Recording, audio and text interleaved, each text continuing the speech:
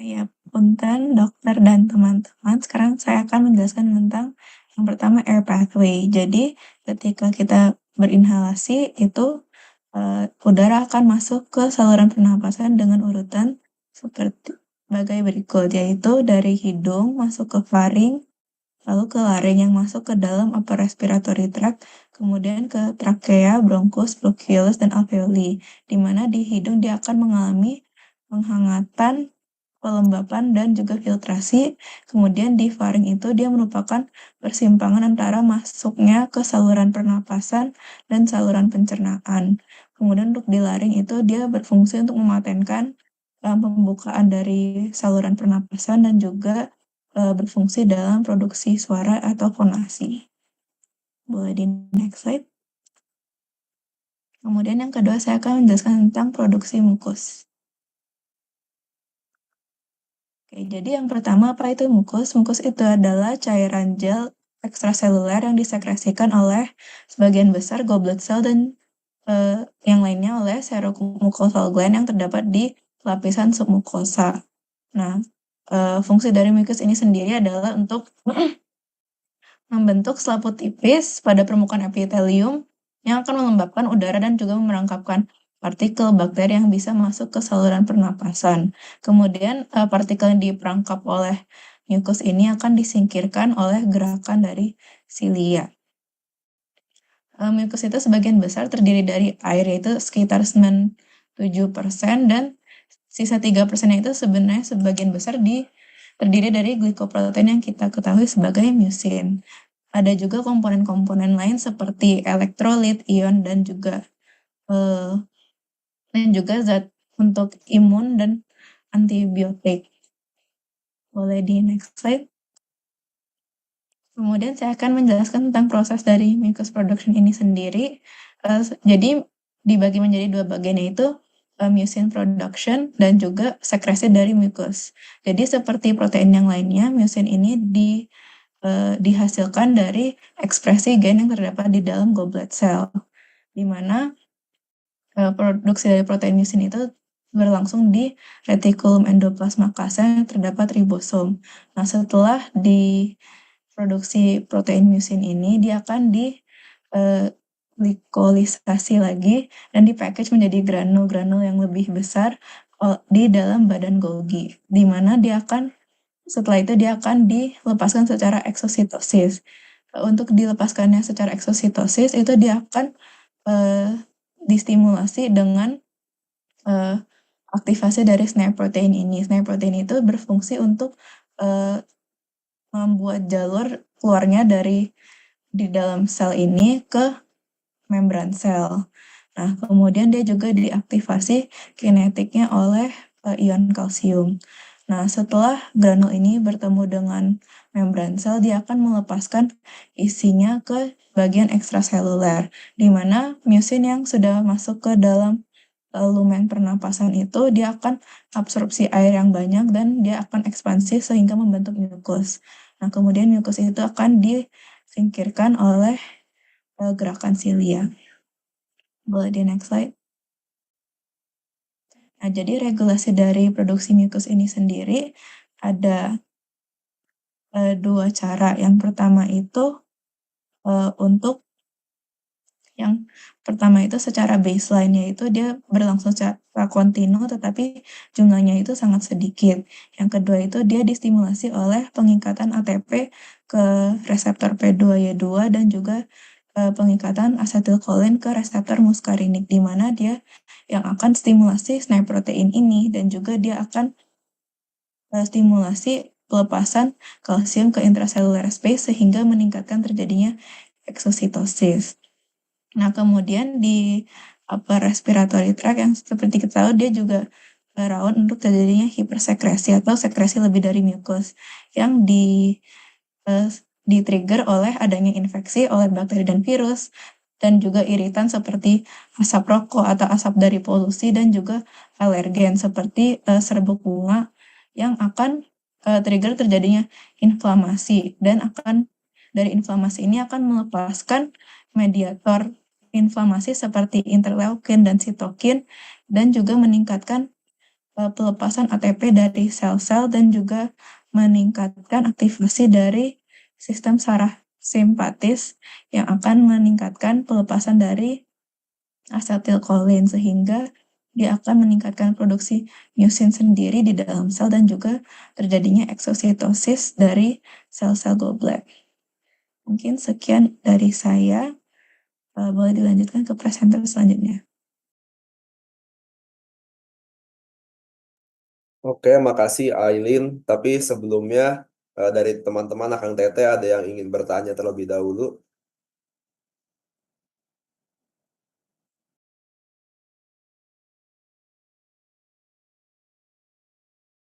Lanjut aja dulu. Oh, oke dok. Untuk presenter selanjutnya dipersilakan. Baik, terima kasih Farel. Izin melanjutkan dokter dan teman-teman. Selanjutnya adalah pembahasan mengenai fisiologi dari hidung sendiri. Nah, untuk fisiologi dari hidung ini dibagi menjadi 2 orang, yaitu saya dan Kang Rizky sendiri. Dan di sini kita sudah membagi menjadi 6 fungsi ya, langsung dibagi menjadi 6 fungsi. Di antaranya respiration, air conditioning of inspired air, protection of lower airway, vocal resonance, nasal reflex function, dan juga olfaction. Mungkin boleh di next slide. Nah, yang pertama itu adalah fisiologi dari hidung. Yang pertama adalah dia bisa untuk respirasi. Jadi hidung ini tuh secara ilmiah itu kita bernafas melalui hidung. Dia itu nose is the natural pathway for breathing, bukan melalui mulut. Nah, misalnya kita kayak Recording in progress. atau misal kayak inhale gitu, itu tetap kita bernafas sebenarnya. Jadi udaranya itu tetap masuk. Kalau mouth breathing itu inaccurate actual learning. Jadi dia bukan natural. Yang natural itu tetap melalui hidung. Nah, jadi natural is the instinct to breathe through the nose that a newborn infant with conca. Jadi karena emang hidung ini kayak ilmiahnya gitu, bahkan jadi pada bayi yang baru lahir atau newborn, mereka emang langsung pernafasannya itu melalui hidung. Nah, kalau ada masalah misalnya di hidung, misal ada atresia penyempitan di koana, kalau misalnya kalian teman-teman masih ingat, kita kemarin ada bahas di anatomi koana hidung di anatomi. Nah, sehingga udaranya itu atau oksigennya itu kurang, maka bayi bisa mengalami asphyxiate. Iya. Nah, lalu the nose jadi kalau misalnya kita makan sambil kalau misalnya kita makan pun kita sambil masih bernafas karena kita kan bernafas melalui hidung, berbeda dengan melalui mulut. Nah, kita masuk ke during quiet respiration. Nah, ini respirasi yang normal atau yang sehari-hari yang tanpa ada usaha gitu. Jadi kita lihat kepada poin pertama, inspiratory air current passes through middle part of the nose between the turbinates and nasal septum. Jadi udara itu emang masuk awalnya melewati hidung bagian tengah di antara turbinates dan nasal septum, yang dimana kalau misalnya kita lihat di poin kedua itu dia bilang very little air passes through inferior meatus or olfactory region of nose. Therefore weak odors dan seterusnya. Jadi kalau misalnya untuk penciuman atau zat-zat yang weak odor substance gitu have to be sniffed before they can reach the olfactory area. Jadi emang harus di sniff dulu karena yang melewati olfactory itu saraf-saraf olfactory itu cuma sedikit udaranya, emang harus di sniff dulu. Nah, tadi karena sangat sedikit udara yang melewati meatus inferior dan juga atau daerah penciuman di hidung, oleh karena itu zat-zat yang lemah berbau yang kurang gitu emang harus diindus dulu sebelum mencapai daerah penciuman. Nah, kalau misal kita lihat pada gambar yang 241 di sebelah kanan, itu kan yang A-nya itu inspirasi ya, ketika udaranya masuk. Kita lihat yang sebentar izin annotate. Yang ini kan ada kayak garis putus-putus biru. Nah, itu turbinates yang biru yang garis putus-putus itu ada 3 di hidung, ada superior, middle, dan juga inferior. Ini dan juga ini. Nah, ini lalu yang kita lihat pada gambar B itu kalau misalnya lagi terjadi ekspirasi. Nah, nanti akan dijelaskan lebih lanjut. Nah, kita berpindah ke bawahnya dulu during expiration. Nah, during expiration jadi air current flows-nya itu sama dengan inspiration. Sebenarnya dia sama, melewatinya juga di situ juga untuk ekspirasi. Tetapi ada yang membedakan nih, kita lihat pada poin kedua.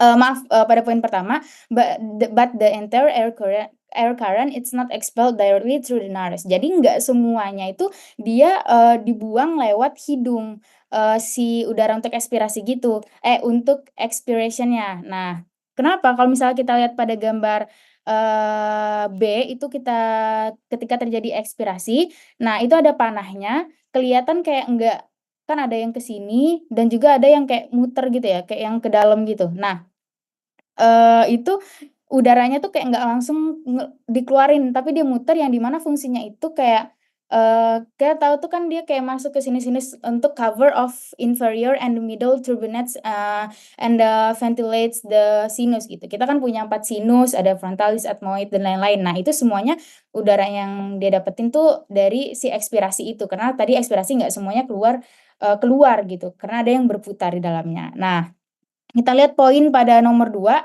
anterior end of inferior turbinate undergoes swelling and shrinkage, thus regulating inflow of air. Jadi di sini kalau misalnya ada kayak gampangnya itu kayak kembang kempis gitu, dari bagian inferior turbinate-nya ketika ada aliran udara atau ketika dia mengatur aliran udara yang masuk maupun keluar. Jadi ketika dia masuk dia bakalan swelling dan ketika dia menghembuskan dia bakalan shrinkage gitu.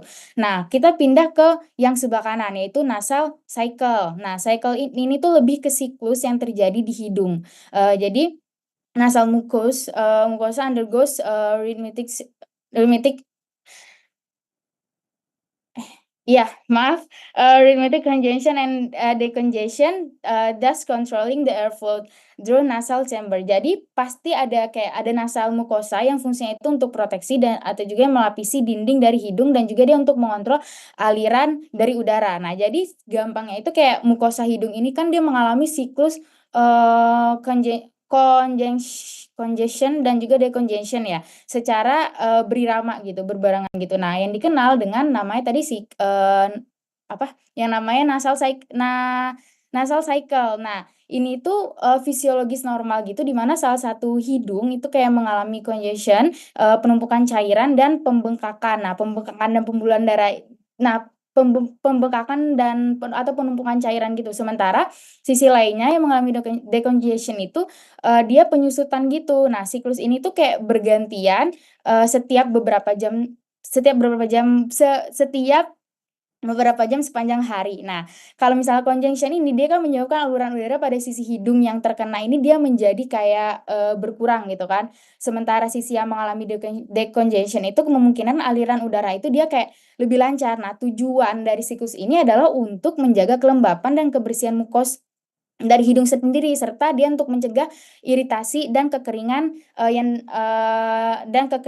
dapat terjadi. Nah, yang dimana jika aliran udara hanya melalui dari satu sisi terus-menerus. Nah, siklus ini tentunya juga memungkinkan hidung untuk menjadi berfungsi itu kayak lebih efisien dan memanaskan atau melembabkan dan menyaring udara yang dihirup. Nah, kalau misalnya kita perlu ingat juga pada kondisi tertentu kalau misalnya ada seperti alergi ataupun infeksi, siklus ini tuh bisa jadi kayak menunjukkan mengalami gangguan gitu, menyebabkan hidung ini tersumbat yang berkepanjangan pada satu sisi. Kayak misalnya pasti kita pernah kan suatu saat kayak tiba-tiba aja kok bagian sebelah kanan tuh kayak nggak bisa bernafas, kayak tersumbat. Nah, gitu. Nah, mungkin boleh di next slide.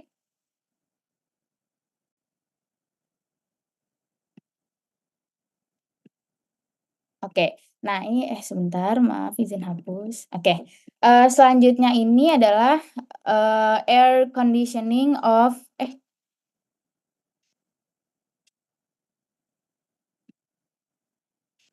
selanjutnya adalah air conditioning of inspired.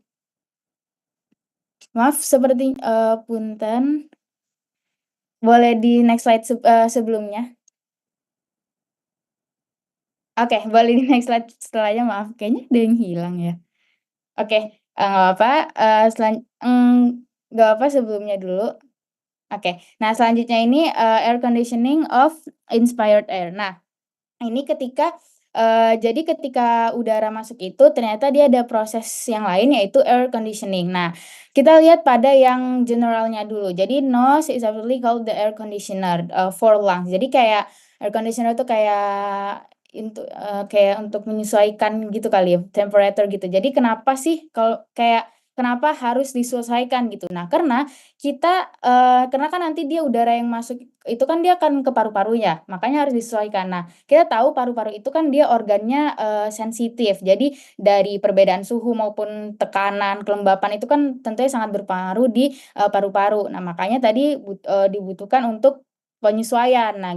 Penyesuaian. Nah, kita lihat pada yang general kedua itu ada, "It filters and purifies the inspired air and adjusts its temperature and humidity before the air passes to the lungs." Jadi, dia itu pertama ya memfilter dari purifiers-nya, lalu dia juga membersihkan udara-udara kita dari debu, bukan cuma debu tapi juga bakteri, virus, mikroba, benda-benda asing sebenarnya sudah disaring dulu tuh sebelum masuk ke paru-paru. Nah, kenapa misalnya kita masih bisa sakit gitu kan, virus ataupun bakteri ini masih bisa masuk, dari hidung, padahal udah ada fungsi dari, silia-silia hidung yang untuk memfilter tadi kan, memfilter dari, apa, eee, dari asing-asing itu, aduh saya lupa, maaf Dok.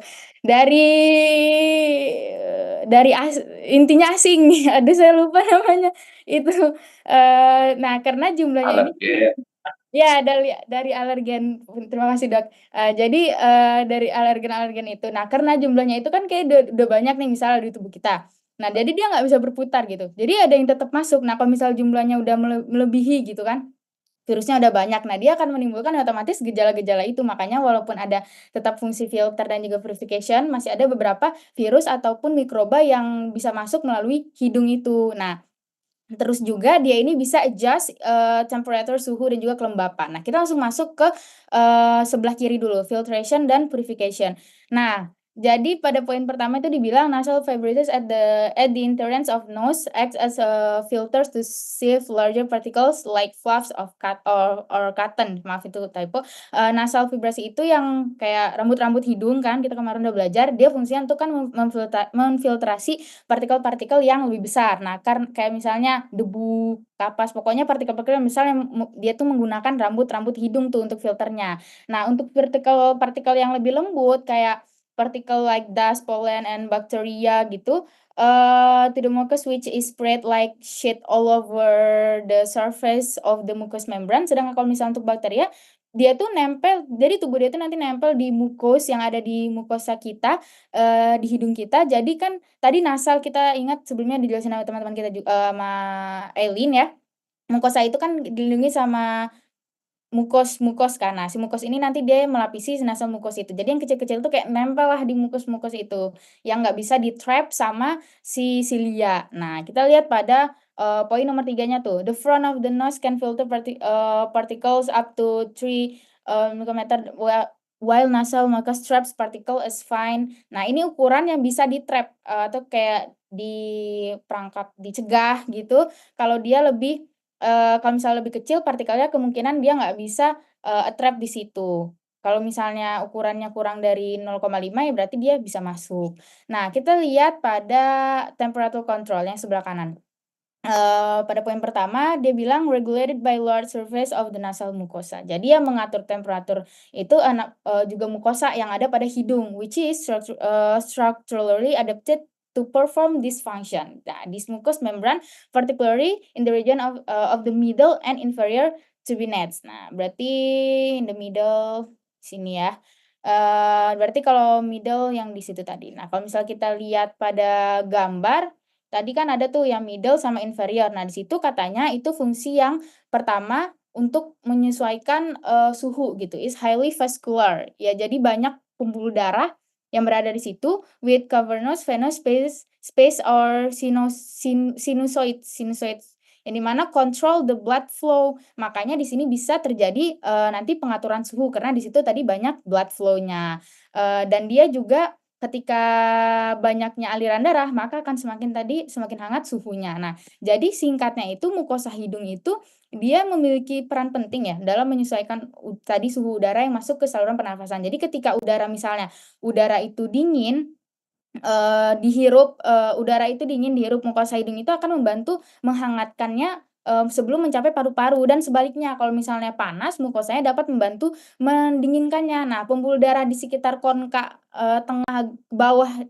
tengah dan bawah itu dia bisa melebar dan menyempit dan mengatur ukuran kongka dan menyesuaikan aliran darah, untuk mengoptimalkan proses dari pemanasan dan pendinginan udara itu. Nah, proses ini itu tentunya pasti kita tahu memastikan untuk udara yang masuk ke paru-paru itu memiliki suhu yang nyaman dan tidak mengiritasi saluran pernafasan. Karena kita tahu tadi ya, paru-paru itu kan dia sensitif kayak gitu. Nah, lalu kalau misalnya dia sebenarnya ada kayak derajat, berapa derajat, nanti diubah gitu, tapi setahu aku tuh kayak di bawah 37 derajat nanti akan kayak temperature itu bakalan diubah menjadi 30 derajat, 37 derajat. Seingat aku kayak gitu, tapi nanti aku kurang tahu detailnya untuk derajat-derajatnya, nanti kita cari bersama-sama. Nah, Ya, mungkin boleh slide saya dulu. tambahin ya, Amel ya. Baik, Ya baik, memang baik. kenapa hidung sebagai temperatur kontrol memang di mana suhu itu diubah menjadi sebisa mungkin di suhu 37 derajat. Apa tujuannya? Tujuannya adalah untuk mengoptimalkan kerja dari mucus clearance. Ya, mucus clearance itu yang ada di atas mukosanya. Makanya hidung kan menghasilkan mucus ya, sekret kan. Ya, itu dilihat alirannya itu yang tujuannya untuk membawa partikel-partikel yang sudah tersaring di partikel alergen, itu yang sudah tersaring dibawa ke daerah pari ya. Nah, jadi kenapa alirannya itu suhu itu harus 37 derajat karena untuk mengefektifkan kerja dari mucus ya. Baik, Dok, terima kasih banyak, Dok. Oke, mungkin selanjutnya kita bisa lanjutkan ke next slide. Nah, selanjutnya ini masih dari, air conditioning of inspired air, tapi ini yang bagian humidification-nya. Jadi, ya tahu humidification itu kan dia melembabkan udara ya. Nah, jadi kita lihat pada yang, sebelah kiri, this function goes on simultaneously with the temperature control of inspired air. Jadi, prosesnya itu biasanya berbarengan, sama temperature control. Nah, relatif, kita tahu tadi kan kelembapan itu udara itu beda-beda tergantung dari regionnya, daerah, begitu juga dengan kondisi cuacanya. Nah, maka dari itu, sebentar. Oh ya, jadi diperlukan kayak kayak apa ya, bukan penetralan, tadi, untuk mengubah, temperaturnya tadi kan. Nah, kalau misalnya pada winter, pada cuaca yang dingin, itu udara itu lebih kering, ya pada musim dingin itu lebih kering, sedangkan pada musim panas itu dia lebih lembab udaranya. Nah, dan untuk, pada humidification ini sendiri, dia bisa adjust the relative humidity itu sampai 75% bahkan lebih. Nah, kan tadi dia membutuhkan, kayak saturasi gitu, kayak untuk, membuat temperaturnya itu sesuai gitu kan. To saturate the inspired air itu, dia ternyata membutuhkan untuk membuat temperature itu dia membutuhkan air gitu, untuk melembabkan udara itu. Nah, ini ternyata, dia itu di-provide dengan nasal tadi kan disebutin juga dengan Eileen ya. Jadi dia di-provide dengan nasal mucous membrane yang di mana kita tahu dia itu rich in mucus dan serous secreting glands sekitar 1000 milimeter dari, mukosa dari air itu diluapkan dari permukaan mukosa hidung selama, kurang lebih 24 jam. Nah, jadi emang karena membutuhkan air maka menggunakan tadi si, mucus sama serous itu tadi. Nah, kita lihat pada yang terakhir.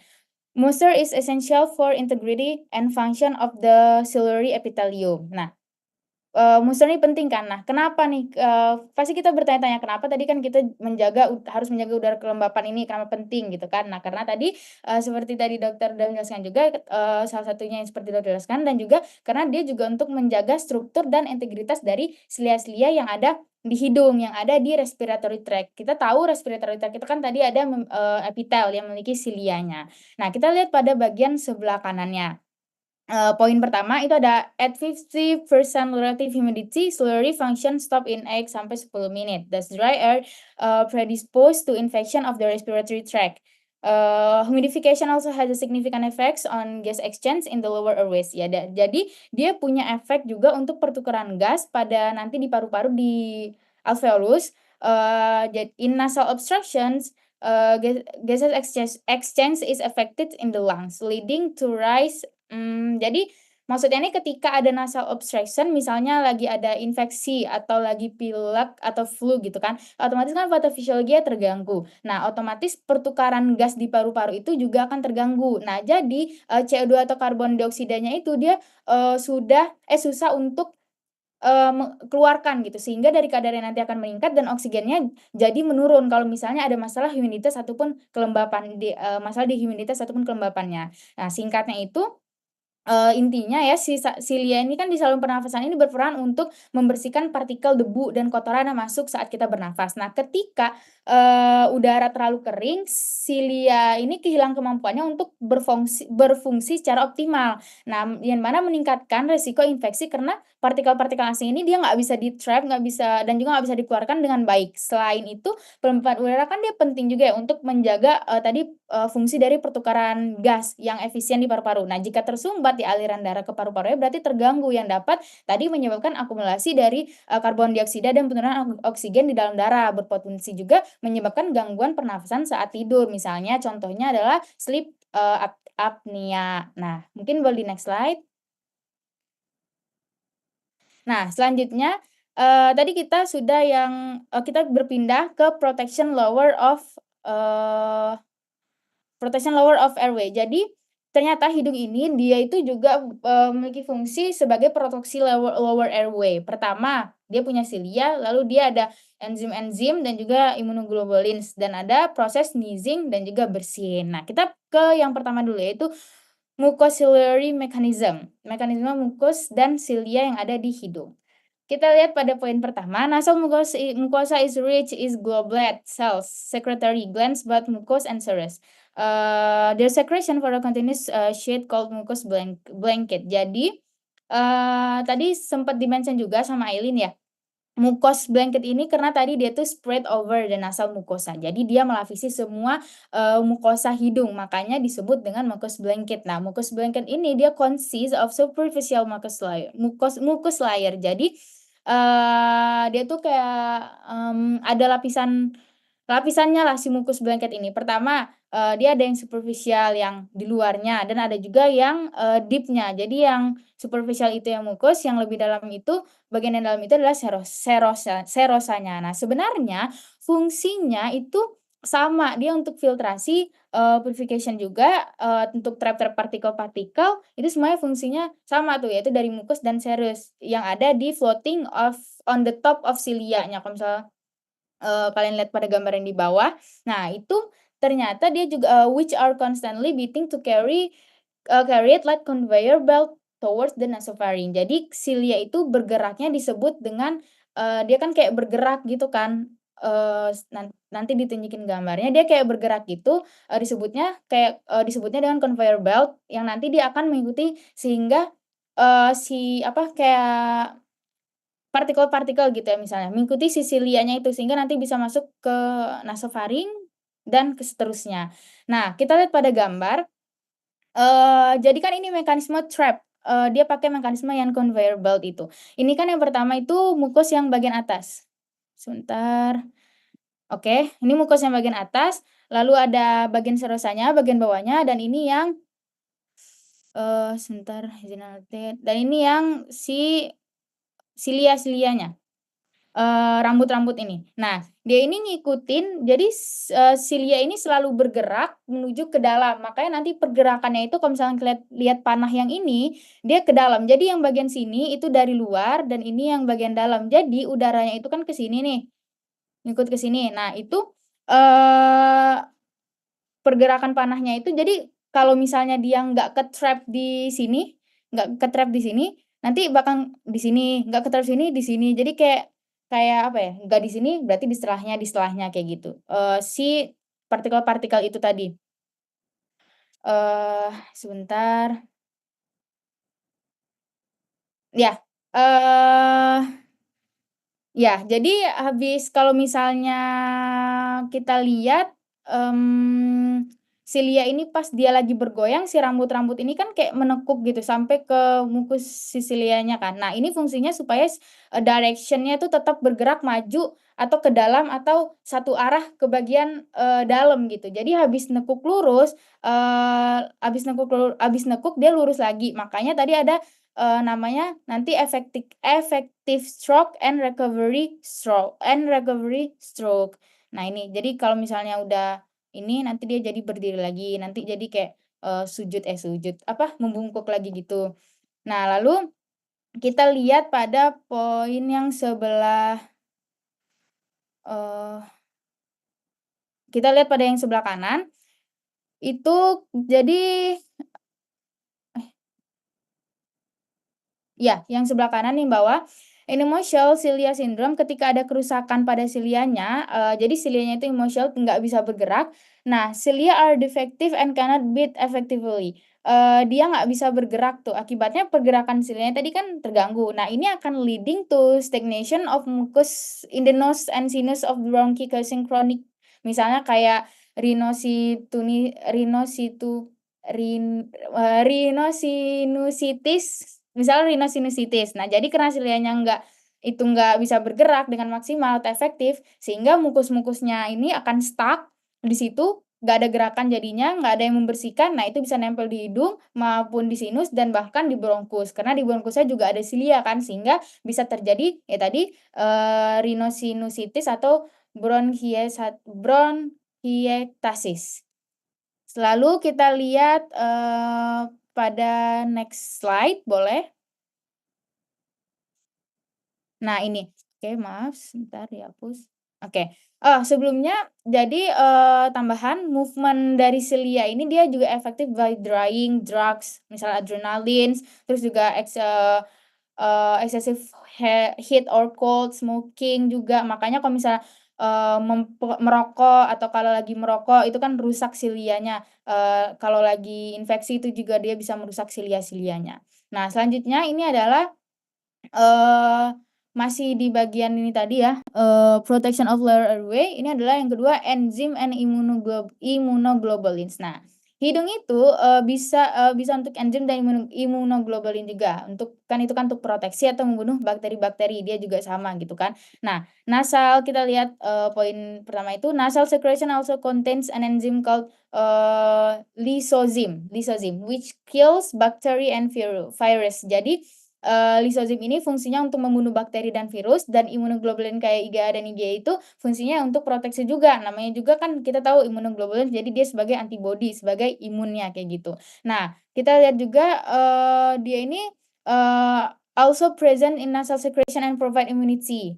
Jadi di hidung udah ya, di hidung tadi ada enzim, lysozyme dan juga immunoglobulins. Nah, jadi singkatnya enzim dan immunoglobulins dalam sekresi ini dia itu, penting ya dalam pertahanan tubuh terhadap infeksi. Sekresi hidung ini dia tuh mengandung tadi enzim si lysozyme itu yang berfungsi untuk, membunuh bakteri dan virus. Selain itu juga, sekresi hidung ini tuh dia kan tadi mengandung, IgA dan IgE serta, interferon yang semuanya itu berperan dalam memberikan kekebalan, terhadap infeksi saluran pernafasan bagian atas. Nah, lysozyme, itu dia tuh enzim ya, jadi dia tuh kayak enzim yang mampu merusak dinding sel bakteri sehingga nanti, dia tuh membunuh atau untuk membunuh atau mencegahnya berkembang biak, mencegah berkembang biak.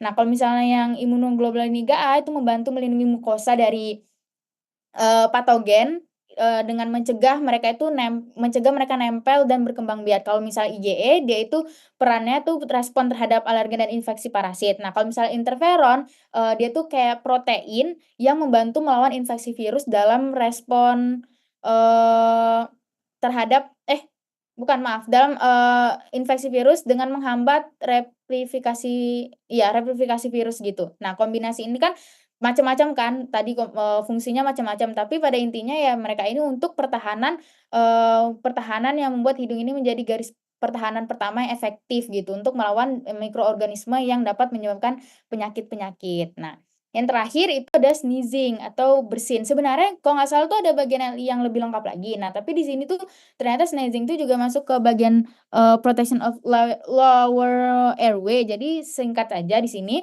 sebenarnya ini dia ini termasuk protective reflex tadi kan, dia fungsinya untuk membuang debu-debu partikel-partikel bakteri, virus-virus. Nah, foreign particle which irritate nasal mucus are expelled by sneezing. Jadi dia ini mengiritasi kayak tadi udah sempat di-mention juga ya kalau nggak salah sama, Eileen, mukosa hidung efeknya adalah bersin. Nah, copious flows of nasal secretion that follows, irritations by noisy substance helps to wash them out. Misalnya, kita kayak kalau misalnya lagi mencium udara-udara atau aroma-aroma pedas gitu, itu kan kayak mengiritasi gitu kan, jadi gatal mukosa hidung kita. Nah, makanya kayak jadi bersin, gitu. Nah, makanya pokoknya dia lebih kayak ke partikel yang mengiritasi, mukosanya gitu. Nah, kalau misalnya untuk pH normalnya itu kalau nggak salah tuh 7 pH netralnya itu ya, tapi nanti mungkin dari teman-teman dokter boleh dikoreksi. Nah, jadi dia nanti, kalau misalnya pH-nya itu normal gitu, berarti ya otomatis fungsi di hidung itu akan bekerja secara, normal kayak gitu. Jadi singkatnya kalau misal sneezing ini tuh, bersin ini tuh untuk mekanisme pertahanan mengeluarkan partikel-partikel berbahaya dari hidung dengan cepat. Dengan refleks gitu. Nah, setelah bersin sekresi hidung itu tadi kan akan melimpah tuh membantu membilas si zat iritan itu keluar dari, saluran pernafasan. Nah, dengan pH yang stabil, hidung itu pasti nanti dia memastikan bahwa silia itu tetap aktif dan, si lisozim itu bekerja dengan baik untuk melawan si patogen-patogen. Nah, kalau misal pH-nya berubah akibat infeksi atau penggunaan obat tertentu, kemampuan hidung itu tuh untuk melindungi tubuh itu dia bisa terganggu kan, yang memperbesar resiko dari infeksi. Nah, sistem ini pasti juga menjadikan hidung itu tentunya sistem keluaran ini tuh menjadikan, hidung ini sebagai bagian penting dalam mempertahankan kesehatan pernafasan dan memastikan udara, yang masuk ke paru-paru itu bersih dan aman. Mungkin boleh di next slide. Nah, mungkin fisiologi ini merupakan 3 dari 6 fisiologi hidung. Nah, selanjutnya itu akan dilanjutkan oleh, Kang Frizal. Dari saya mungkin sekian. Terima kasih banyak dokter dan teman-teman, kurang lebih mohon maaf. Assalamualaikum. Waalaikumsalam warahmatullahi wabarakatuh. Sebetulnya yang melanjutkan saya ya, memperkenalkan kembali saya Rizky yang akan membahas mengenai fisiologi. Tadi betul seperti yang Amal katakan ada 3 yang belum terbahas. Utamanya di sini saya yang pertama itu akan membahas mengenai olfaction ataupun olfactory terlebih dahulu. Kalau boleh saya review dari paparan tadi ya, cukup kompleks memang, tapi kalau boleh saya review berbicara mengenai fisiologi hidung, in general, apabila kita berkaca pada Tortora dan Sherwood, itu kita klasifikasikan menjadi 2 hal. Pertama adalah fungsinya, kedua adalah prosesnya. Apa fungsi dari hidung? Keywords-nya sebetulnya 2 saja. Satu untuk respirasi, yang kedua juga berperan sebagai organ sensorik ataupun indera. Nah, di sini saya akan fokuskan membahas hidung sebagai organ sensoriknya terlebih dahulu. Maka oleh karena itu saya akan membahas mengenai fisiologi mekanisme menghidu ataupun mencium bau. Setelah kita tahu fungsinya, pertanyaan selanjutnya mungkin bagaimana prosesnya. Jadi begini, pada bagian atap dari hidung itu terdapat suatu lapisan yang disebut sebagai mukus. Lapisannya ada di sebelah sini. Nah, di mana lapisan mukus ini disebut juga sebagai mucosa olfactorius. Secara teoritis nanti mungkin terdapat pembahasannya pada slide selanjutnya. Tetapi apabila kita memperhatikan gambar ini, di sini lapisannya tersusun atas 3 sel utama, yaitu terdapat sel olfactorius ya, sel reseptor olfactorius. Ini yang akan sangat penting. Kemudian di sini terdapat sel basal, lalu ada juga di sini sel penunjang. Nah, sel reseptor olfactorius yang ini, dia itu akan berfungsi sebagai penangkap dari signalingnya, atau kita katakan sebagai sensor bahwa adanya suatu bau ke rongga hidung. Yang kedua adalah sel basal. Sel basal ini fungsinya untuk meregenerasi dari sel reseptor olfactorius yang sudah mati. Maka akan diganti sekitar 2 bulan sekali. Kemudian terdapat juga sel penunjang. Fungsinya apa? Dia itu akan memproduksi mukus, maka oleh karena itu di hidung kita akan banyak sekali sekretnya. Seperti yang tadi saya katakan juga bahwa proses menghidu ini atau mencium bau ini paling banyak itu terjadi pada sel olfactoriusnya. Nah, bagaimana mekanisme pada sel olfaktoriusnya tersebut? Boleh di next slide. Nah, jadi bayangkan ini merupakan suatu reseptor olfaktorius. Jadi misalkan kalau kita gambar sel olfaktorius itu seperti ini ya. Di atasnya kan tadi terdapat silia-silia. Nah, ini silia-silianya, dan apabila kita lakukan perbesaran, maka gambarannya seperti yang ditampilkan pada layar. Jadi gambar di layar ini merupakan gambaran kecil dari sel-selnya. Kemudian nantinya terdapat molekul odoran. Molekul odoran itu merupakan molekul yang kita hirup dan kita persepsikan sebagai suatu bau. Kalau di lidah namanya molekulnya adalah testen, tapi kalau di hidung disebut sebagai odoran. Nah, odoran ini dia akan melekat pada ujung dari silianya tersebut, ujung silia dari sel reseptor olfaktorius. Pertanyaannya mungkin bagaimana syaratnya agar suatu zat tersebut dapat menjadi odoran? Syaratnya ada dua. Pertama, bisa menguap. Yang kedua adalah molekul tersebut cukup larut dalam air. Mengapa harus bisa menguap? Karena bau-bauan itu yang kita rasakan semuanya berasal dari udara di rongga hidung. Apabila tidak bisa menguap, yang mana bisa kita hirup ke dalam hidung. Logika dasarnya kan seperti itu ya. Yang kedua adalah harus cukup larut air. Mengapa harus cukup larut air? Karena dalam melewati lapisan mukus, itu harus cukup larut air. Contohnya ketika di luar rumah kita misalkan terdapat suatu tanah kering, cuacanya panas, tiba-tiba turun hujan. Kan langsung muncul bau-bau hujan yang membuat kita rileks ya, atau disebut epiphany mungkin bau itu. Kalau teman-teman pernah dengar. Kenapa bisa timbul bau ketika hujan? Nah, karena konsep menguap adalah perubahan dari cairan menuju gas. Sementara tanah tersebut ketika panas kan dia tidak menguap. Ketika kejatuhan air, dia akan menguap dalam molekul udara yang mana karena dia itu bersama dengan air, maka akan larut dalam air, larut air disebutnya. Maka ketika masuk ke dalam hidung, hidung kita automatically lebih peka terhadap bau tersebut dibandingkan ketika sebelum turun hujan. Nah, kepekaan hidung itu dipengaruhi juga oleh udara yang masuk. Makanya mungkin ketika kita mengendus-ngendus, itu akan meningkatkan sensasi rasanya. Nah, balik lagi pada layar, bagaimana mekanisme ini berhasil masuk silia pada sel olfaktorius. Jadi pada membran sel reseptor olfaktorius itu terdapat olfactory reseptor protein. Nah, ini yang pertama. Nah, di sini itu merupakan tempat untuk melekat molekul odoran. Nah, apabila molekul odorannya dia melekat pada reseptor, protein olfaktorinya ini dia akan mengaktifasi pelekatan dari G protein, protein G. Nah, protein G itu dia sifatnya adalah second messenger. Jadi dia hanya bisa di situ, tidak bisa masuk ke dalam sel karena dia tugasnya adalah menyampaikan pesan. Nah, itu merupakan tugas dari G protein ini. Ketika G proteinnya dia aktif, maka dia akan mengaktifasi enzim adenylat siklase. Adenylat siklasenya dia akan diaktifasi. Nah, aktifnya adenylat siklase ini dia akan mengubah ATP menjadi KEM. Ya, dia akan mengubah ATP menjadi KEM atau siklit adenosin monofosfat.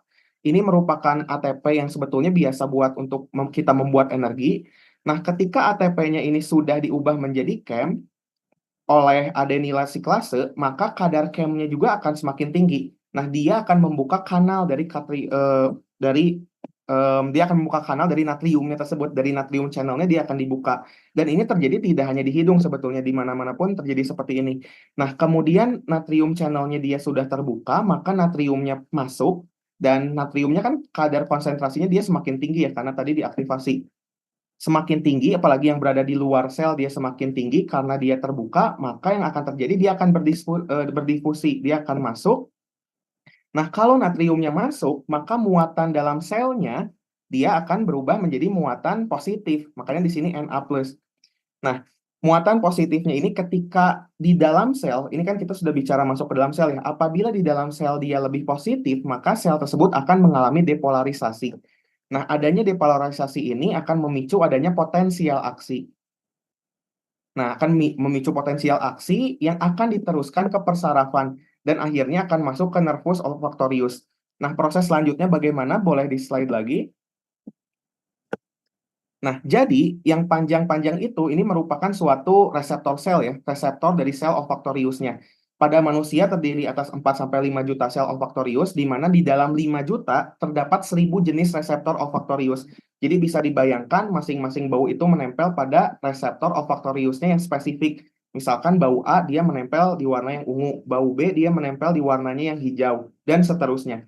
Nah, apabila misalkan baunya nasi Padang, baunya seblak, itu kan baunya sudah kolektif ya, sudah complicated. Dia bukan hanya satu molekul, tapi dia banyak molekul sehingga banyak reseptor olfaktorius yang dia akan beraktivasi. Kemudian tentu saja dia akan diintegrasikan ke otak, sehingga kita punya banyak persepsi mengenai rasa. Misalkan, oh iya ini rasanya rasa rendang, oh iya ini rasa gulai seperti ini, dan lain sebagainya. Setelah molekul odorannya tersebut tadi berhasil melakukan potensial aksi ya pada reseptor olfaktorius, jadi masing-masing jenis selnya tersebut akan bersinaps pada glomerulus atau pada bola-bola sarafnya ini nih. Ini merupakan glomerulus. Dia itu akan bermuara dari mana? Dia bermuaranya dari reseptor olfaktorius tertentu, dan semua olfaktorius tersebut akan tersebar di mukosa hidung yang akan disatukan. Nah, setelah itu, masing-masing dari glomerulus ini dia akan bersinaps lagi, atau kita sebut sebagai sel mitral ya. Sel mitral ini dia akan mengeluarkan bau-bau tersebut, sehingga hidung kita akan jauh lebih peka. Nah, sel mitralnya dia akan bersatu sehingga membentuk serat di saraf lidah ya, di lidah, di mana dia itu akan membentuk nervus olfaktorius, dan juga ujung daripada nervus olfaktorius itu kita sebut sebagai bulbus olfaktorius yang berisi glomerulus ini. Jadi ini merupakan bagian dari bulbusnya.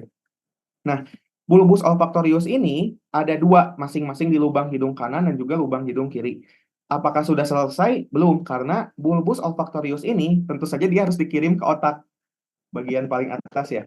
Nah, jadi setelah terjadi potensial aksi tadi pada olfactory tract, ini merupakan bagian dari olfactory tract-nya, dia itu akan membentuk nervus olfaktorius. Dia dikirimnya kemana? Tentu saja dia dikirim ke otak. Nah, sebelum akhirnya dia masuk ke bagian cortex, primary olfactory ya, cortex itu. Cortex merupakan pusat kesadaran. Sebelum dikirim ke cortex, dikirim dahulu ke thalamus dan juga sistem limbik.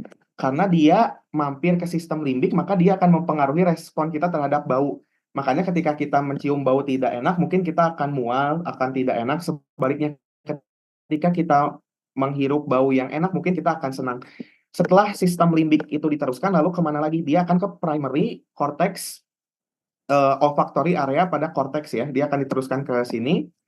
Dan disinilah terjadi proses kesadaran, karena dia sudah di korteks. Sehingga dari kesadaran ini, kita dapat menginterpretasikan, oh ini tuh baunya A, atau yang ini baunya B, atau yang ini baunya gimana ya dibandingkan bau yang lain, apakah kita pernah mencium bau ini sebelumnya. Nah, boleh ke slide sebelumnya lagi, operator. Nah, molekul odoran ini, sebentar. Nah, molekul odoran yang tadi sudah dibahas ya, dia itu tidak mungkin selamanya melekat di sini, maka dia pun harus dibersihkan istilahnya. Nah, dia akan dieliminasi juga oleh enzim-enzim mukosa yang ada di hidung, dan akan menghilangkan molekul odoran ini, dan dia akan menarik enzim-enzim yang diproduksi di sini. Nah, uniknya memang enzim-enzim yang diproduksi itu mirip dengan enzim-enzim yang diproduksi di hepar, yang berfungsi untuk detoksifikasi racun ya. Maka banyak penelitian yang mengatakan bahwa untuk enzim ini berfungsi juga sebagai fungsinya proteksi untuk mencegah kerusakan dari dampak neurologisnya. Oke, boleh di slide lagi. Slide lagi, nah, ya, oke. Nah, tadi merupakan pathway-nya, dan ini merupakan secara teoritis sebetulnya sama saja ya. Kita tadi sudah membahas mengenai olfaction, tapi memang di sini selain daripada yang tadi setelah dijelaskan, ada juga hubungan dengan sistem otonom dan juga emosi secara olfaction. Kenapa? Karena tadi berkaitan erat dengan otonom. Karena dia berkoneksi juga dengan hipotalamus. Hipotalamus pusat kontrolnya otonom, sehingga dia bisa mengatur juga rasa lapar, mual, bahkan stres. Nah, itulah mengapa bau-bau tertentu, aroma makanan yang enak, itu meningkatkan nafsu makan kita. Sebaliknya yang bau busuk mungkin kita akan mual. Nah, bau juga memicu respon secara emosional, karena terhubung juga ke bagian amigdala ternyata, sehingga dapat mengendalikan emosi dan juga memori yang kuat yang ada di otak kita. Dengan pengalaman penciuman, juga dapat mempengaruhi tadi ya, mood atau suasana hati kita sehari-hari. Nah, oke, boleh di slide lagi. Nah, ini merupakan selanjutnya adalah mengenai vocal resonance. Vocal resonance ini dia intinya adalah transmisi suara yang dihasilkan di laring dan dipengaruhi oleh rongga resonansi di sepanjang saluran napas kita, utamanya di hidung, mulut, dan juga laring. Dan ini cukup krusial karena dia itu dapat menghasilkan karakteristik suara yang khas, sehingga suara yang dihasilkan ketika udara dari paru-paru masuk ke pita suara di laring, itu dia menghasilkan getaran. Konsonan nasalnya adalah M, N, dan NG. Getarannya ini diarahkan melalui nasofaring menuju ke rongga hidung, dan prosesnya ini terjadi di velum, di langit-langit lunak, dan dia akan turun sehingga dia membuka saluran antara rongga mulut dan juga nasofaring.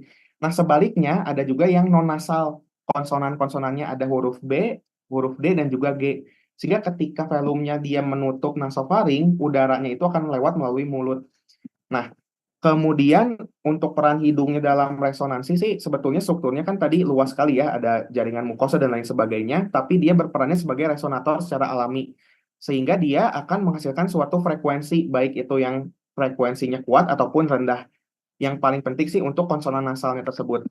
Biasanya memang terjadi gangguan, misalkan kita mengalami sumbatan hidung atau pada nasofaring, kita mengalami infeksi sinusitis misalkan, atau ada polip, atau bahkan misalkan flu, itu terkadang penurunan atau hilangnya resonansi nasal.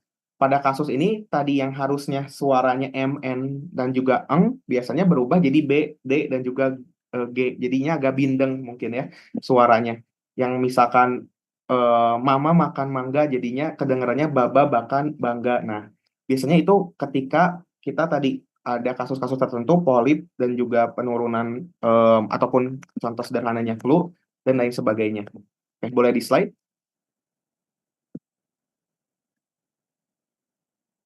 Oke, boleh di slide. Nah, ini merupakan slide terakhir. Jadi, ini berbicara mengenai nasal refleksis atau refleks dari hidung. Nah, refleks hidung ini mempengaruhi berbagai fungsi tubuh. Utamanya sih sistem respirasi, dan juga kita bisa menghubungkannya ke pencernaan ya, ke GIS ya. Karena refleksnya ini kan tadi dari mukosa hidung, kita mencium aroma makanan yang enak, mukosanya dia menginisiasi refleks, sehingga dia menyebabkan sekresi dari saliva, dan juga pada cairan di gastrik sebetulnya. Sehingga respon tubuhnya ini dia mempersiapkan proses pencernaan, bahkan sebelum makanannya kita makan. Sebelum makanannya itu kita masuk ke dalam mulut, sudah ada rangsangan baunya itu. Karena apa? Karena tadi kita berbicara juga mengenai sistem saraf otonom. Sehingga dalam hal hubungannya dengan sistem pencernaan, tadi kan ada sensorik dan otonom. Katakanlah misalkan informasinya itu dibawa setelah kita menghirup aroma ya, informasinya dibawa ke cranial nerve 1, olfactorius, olfaction yang awal, dari sana kemana? Dari sana ke cortex olfactorius di otak. Nah, sinyalnya tersebut dia integrasikan dalam bentuk respon dari sistem saraf otonom. Makanya dia percabangannya parasimpatetis. Nah, kemudian dia distimulasi. Stimulasinya oleh apa? Oleh saliva. Saliva melalui apa? Melalui saraf kranial 7 ya, facialis, untuk disekresi salivanya, dan juga dari saraf kranial yang glossopharyngeal. Nah, sehingga dia akan merangsang sekresi cairan di lambung juga. Jadi kalau secara fisiologis memang bagaimana hidung itu sebagai organ sensorik juga dalam sistem pencernaan. Kemudian yang mungkin sering kita dengar adalah refleks bersin, tapi mungkin mekanismenya akan dijelaskan oleh presentan selanjutnya. Dan yang lebih menarik tadi ya, keterikatan dari hidung dan juga paru-parunya, karena ada juga refleksnya disebut nasobronkial ataupun nasopulmonal. Ada penelitian mengatakan bahwa obstruksi hidung, misalkan pasien sinusitis atau hipertrofi adenoid, ini peningkatan resistensi dari paru-parunya. Nah, hal ini juga berhubungan dengan saluran napasnya, utamanya yang bagian atas dan juga bawah sebetulnya. Karena ketika hidungnya obstruksi, maka dia dilatasi, terutama mungkin pada misalkan dilakukan bedah, intervensi bedah, ataupun mungkin paru-parunya itu dapat berkurang resistensinya dan fungsi pulmonalnya kembali normal. Makanya penting sekali untuk menjaga potensi saluran napas atas untuk mendukung fungsi respirasi secara optimal. Karena berbicara potensinya mungkin kita harus mengetahui juga mengenai PO2 ya, tekanan oksigennya. Karena perubahan aliran udara itu mempengaruhi oksigenasi di paru-paru atau disebut sebagai nasal packing. Jadi ketika kadar PO2 pasiennya kembali ke nilai normal, ini kita sebut sebagai proses yang krusial sebetulnya dalam menjaga ventilasi dan juga oksigenasi yang efisien dari nasal refleksis ini. Mungkin sekian yang dapat saya sampaikan, saya kembalikan ke moderator. Terima kasih.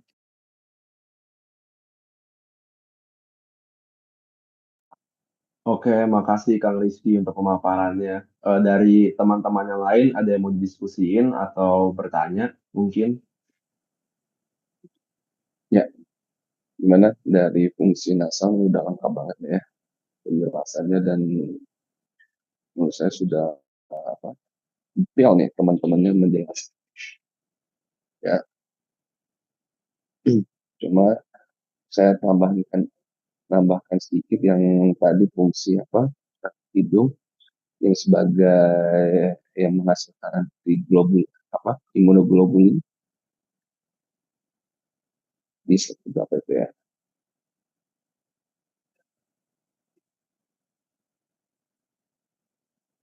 Halo. Slide-nya Amal ya, Mal. Oh Nah, iya, ya. iya Nah, saya. ini imunoglobulin kan bukan hanya imunoglobulin IgA dan IgE saja ya, tapi dia juga menghasilkan imunoglobulin IgM dan juga IgG ya. Jadi lengkap hidung itu ya, sudah banyak untuk sebagai protektor ya. Dan juga hidung dan paru-paru itu merupakan satu kesatuan ya, makanya kita sebut namanya United Airway ya. Makanya kalau misalnya ada masalah di hidung, apalagi orang yang asma, kalau kalian lihat orang yang asma itu pasti kalau hidungnya bermasalah pasti dia akan men-trigger terjadinya asma gitu ya, karena hidung dan paru-paru merupakan satu sistem kesatuan United Airway ya. Adalah apa yang mau ditanyakan? Kalau misalnya tidak ada, kita lanjut dengan fungsi yang selanjutnya. Baik, terima kasih banyak masukannya, dokter. Ya, silakan.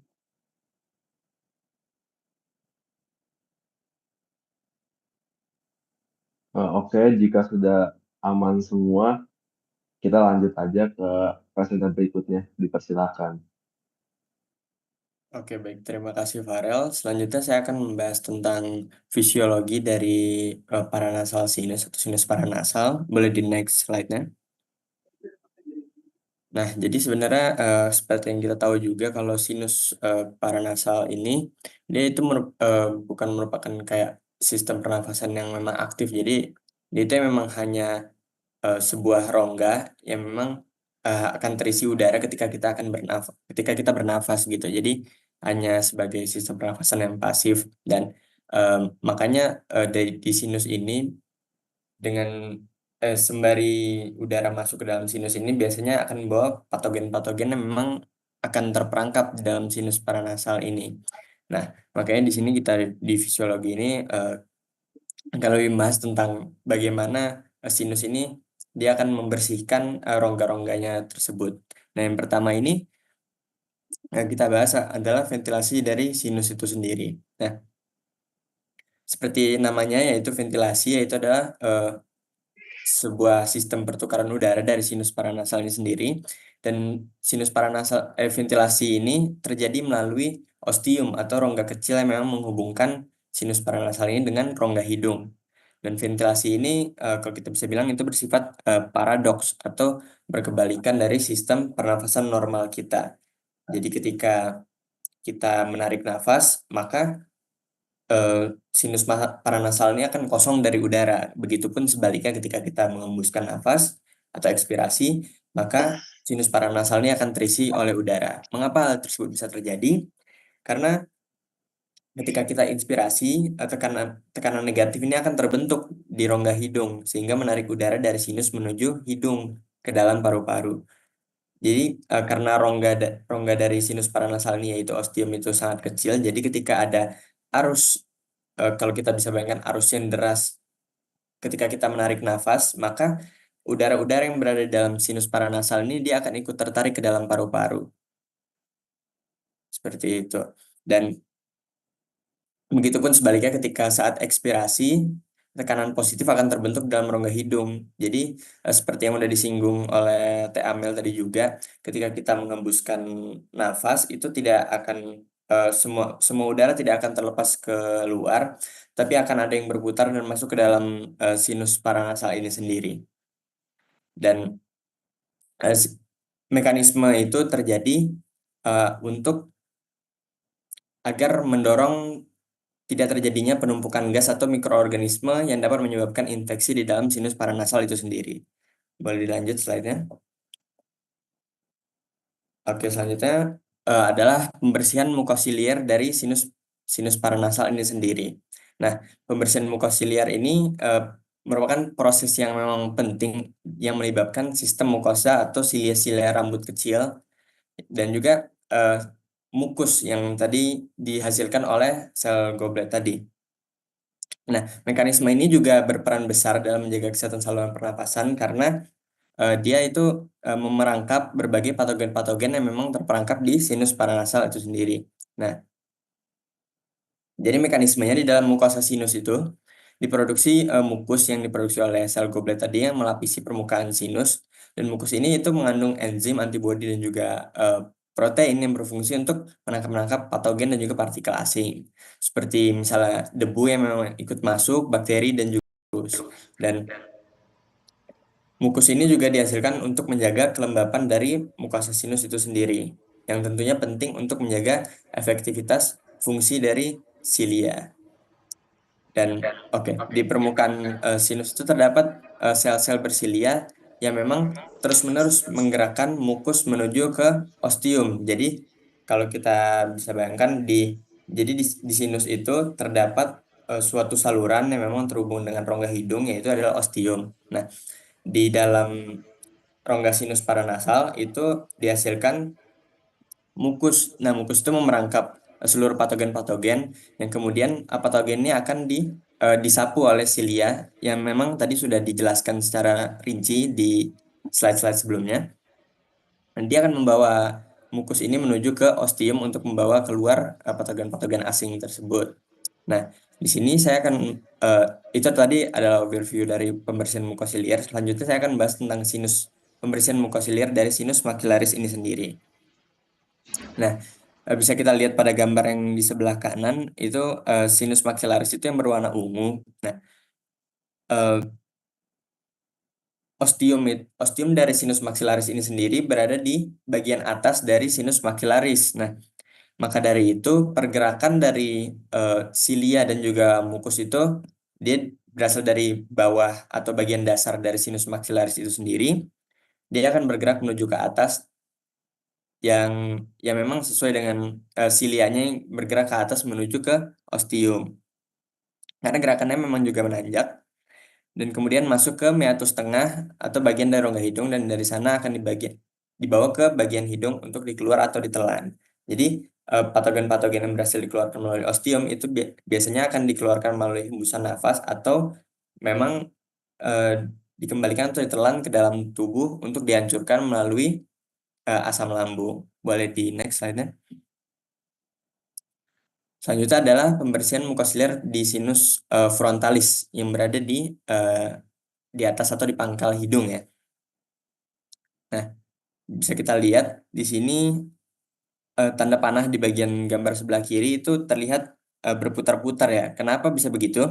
Karena di sinus frontalis ini dia memiliki bentuk yang memang tidak simetris dengan dinding yang berlekuk-lekuk, dan ostiumnya memang sudah di bawah, tetapi kenapa mukus itu tidak bisa langsung mengalir ke bawah? Karena dinding yang berlekuk-lekuk tadi, sehingga silia itu dia akan menyapu mukus ke seluruh bagian dari sinus frontalis tersebut.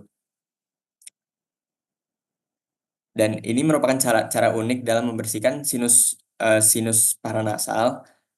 Dan kalau bisa kita lihat itu lihat panahnya juga, bahwa mukus-mukus itu ada beberapa yang tanda panahnya yang putus-putus itu yang di bawah, itu dia akan ada yang kembali karena memang di sinus frontalis ini ostiumnya itu sangat kecil, sehingga tekanan yang dilakukan oleh silia untuk mendorong mukus ke dalam ostium itu terkadang tidak kuat, sehingga menimbulkan efek resirkulasi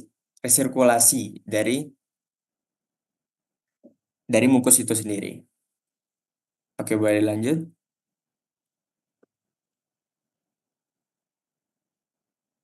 Oke, selanjutnya adalah pembersihan mukosiliar dari sinus ethmoid. Jadi silia-silia pada sel ethmoid ini membawa mukus langsung ke dalam rongga hidung, dan seperti yang kita tahu juga sinus ethmoid ini memiliki sel-sel ethmoid di dalamnya, itu adalah rongga-rongga kecil yang memang terbagi-bagi dalam sinus ethmoid itu sih. Dan uniknya sel-sel ini dia memiliki ostiumnya sendiri, sehingga pembersihan dari sinus ethmoid ini dapat menjadi lebih mudah karena pembersihannya kalau bisa dibilang itu dalam skala kecil-kecil, sehingga pembersihannya akan lebih cepat dan juga efisien. Dan lendir dari sinus ethmoid ini akan mengalir ke meatus superior atau suprim, dan kemudian bergabung dengan lendir dari sinus sphenoid yang berada di belakang. Boleh dilanjut selanjutnya. Oke, yang terakhir adalah pembersihan mukosiliar dari sinus sphenoid itu sendiri. Memang pada sinus sphenoid ini yang terjadi adalah normal-normal saja. Jadi sinus sphenoid ini akan menggerakkan mukus menuju ostium yang terletak memang berada di bagian anterior dari sinus ini. Dan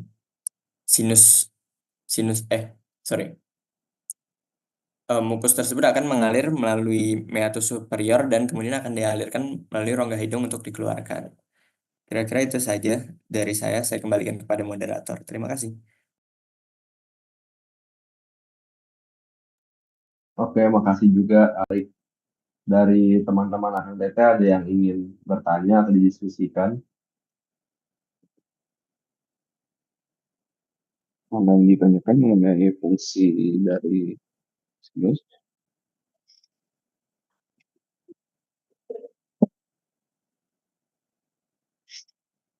Ya, intinya sih kalau dari sinus itu kita harus tahu aliran mukosanya ya. Intinya kan semuanya mukosanya lari ke rongga hidung ya, untuk dibawa ke mana? Ke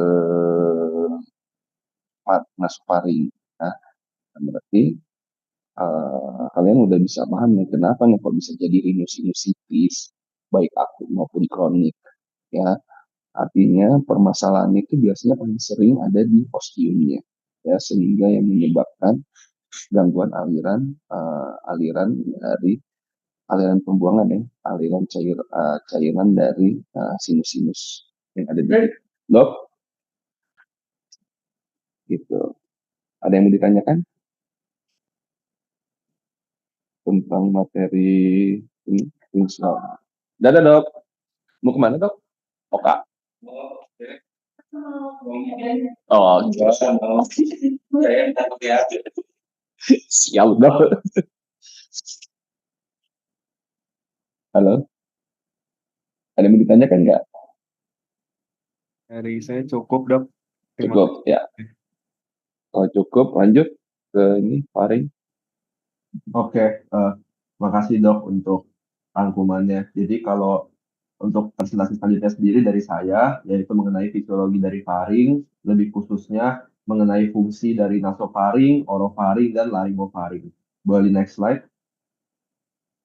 Jadi yang pertama nasofaring. Nasofaring itu merupakan bagian paling atas dari faring, letaknya di belakang rongga hidung dan memanjang dari pangkal tengkorak hingga ke soft palate atau setingkat juga dengan horizontal plane yang lewat melalui hard palate. Jadi fungsi dari nasofaring yang pertama adalah berperan sebagai saluran untuk udara dari rongga hidung menuju orofaring dan akhirnya ke paru-paru, sehingga membantu dalam proses respirasi. Kedua, ketika udara melewati nasofaring, nasofaring membantu memfilter debu dan patogen menggunakan mukus dan silia yang berada di permukaannya.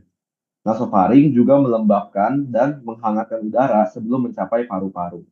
Fungsinya seperti yang sudah dijabarkan oleh teman-teman sebelumnya. Dan kemudian ketiga, melalui eustachian tube, nasofaring juga memventilasi bagian tengah telinga dan menyeimbangkan tekanan udara di kedua bagian tympanic membrane. Fungsi ini tentunya sangat penting dalam proses pendengaran. Keempat, pergerakan soft palate ke atas terhadap posterior pharyngeal wall dan Passavant's ridge membantu memisah nasofaring dan orofaring. Hal ini penting ketika menelan, muntah, tersedak, dan berbicara. Kelima, berperan sebagai ruang resonansi ketika produksi suara.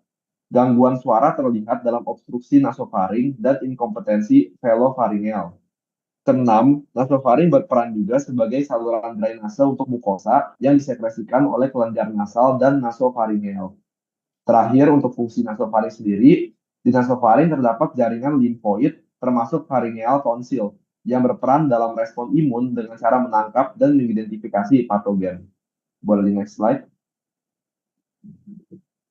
Yang selanjutnya adalah orofaring yang terletak di belakang rongga mulut dan memanjang dari plane of heart palate di atas hingga ke plane of hyoid bone di bawah. Fungsi dari orofaring sendiri yang pertama adalah sebagai saluran untuk udara yang akan disalurkan ke laring dan makanan yang akan disalurkan ke esofagus, sehingga orofaring berperan dalam sistem respirasi dan pencernaan.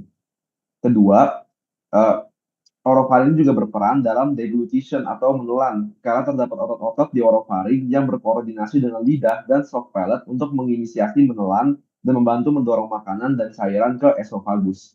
Ketiga, berperan juga sebagai ruang resonansi untuk jenis suara tertentu, karena mempengaruhi kualitas suara yang diproduksi.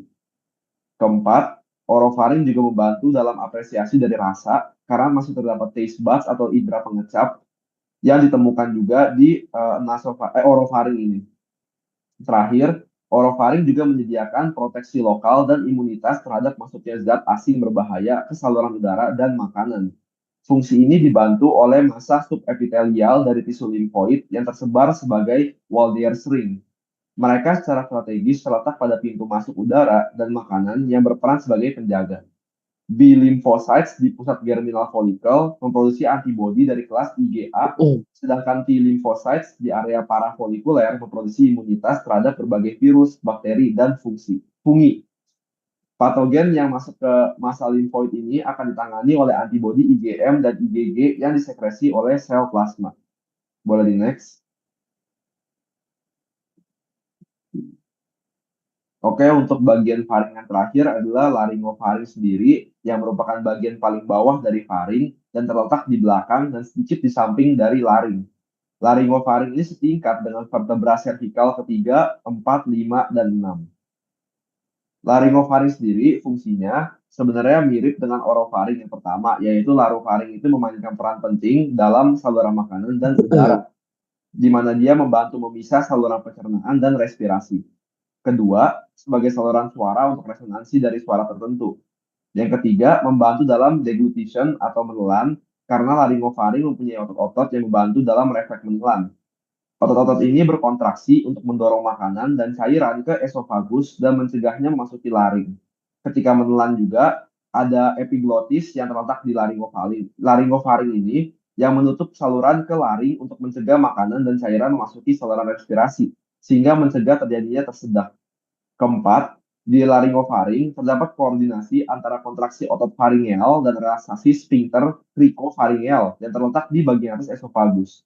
Kegagalan koordinasi ini, yaitu jika sphincter cricofaringeal gagal berelaksasi ketika otot faringeal berkontraksi, akan menyebabkan hipofaringeal diverticulum. Jika dari saya sekian saja, apakah dari teman-teman ada yang ingin ditanyakan?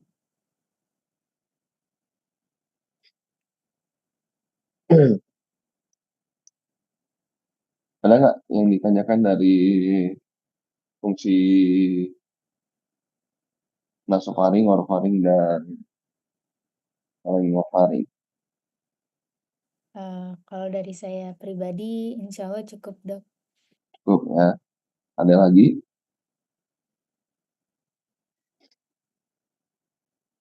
Dari saya juga cukup, Dok. Ya, oke. Untuk cukup. Yang pasti yang harus kalian ingat adalah cincin Waldeyer ya, karena kan di nasofaring ada juga cincin Waldeyer ya, yaitu adenoid ya, tuba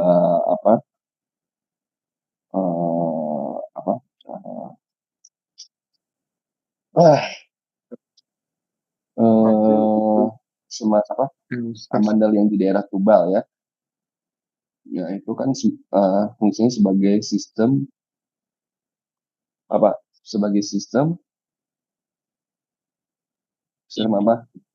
imunologi ya, sehingga ya itu harus kalian ketahui, dan juga harus kalian ingat juga terjadinya proses otitis media efisi dan juga otitis media akut itu bisa berkaitan juga adanya bermasalah di daerah nasofaring. Ya, kenapa? Karena pembesaran dari organ lipoid yang ada di daerah nasofaring itu bisa menutupi daerah tempat muaranya tuba eustachius, ya, sehingga bisa menyebabkan infeksi dari telinga, otitis media akut ataupun otitis media efusi, ya, menyebabkan itu. Ya, paham ya? Baik dong. Dokter, Ya, kasih so, dok buat tambahannya. lanjut dari fisiologi laring. Oke, boleh untuk presentasi selanjutnya dipersilakan.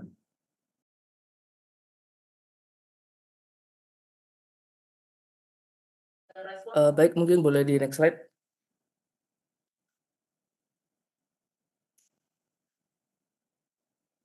Baik, selanjutnya saya akan melanjutkan presentasi mengenai fisiologi laring, yaitu adalah bagian fonasi.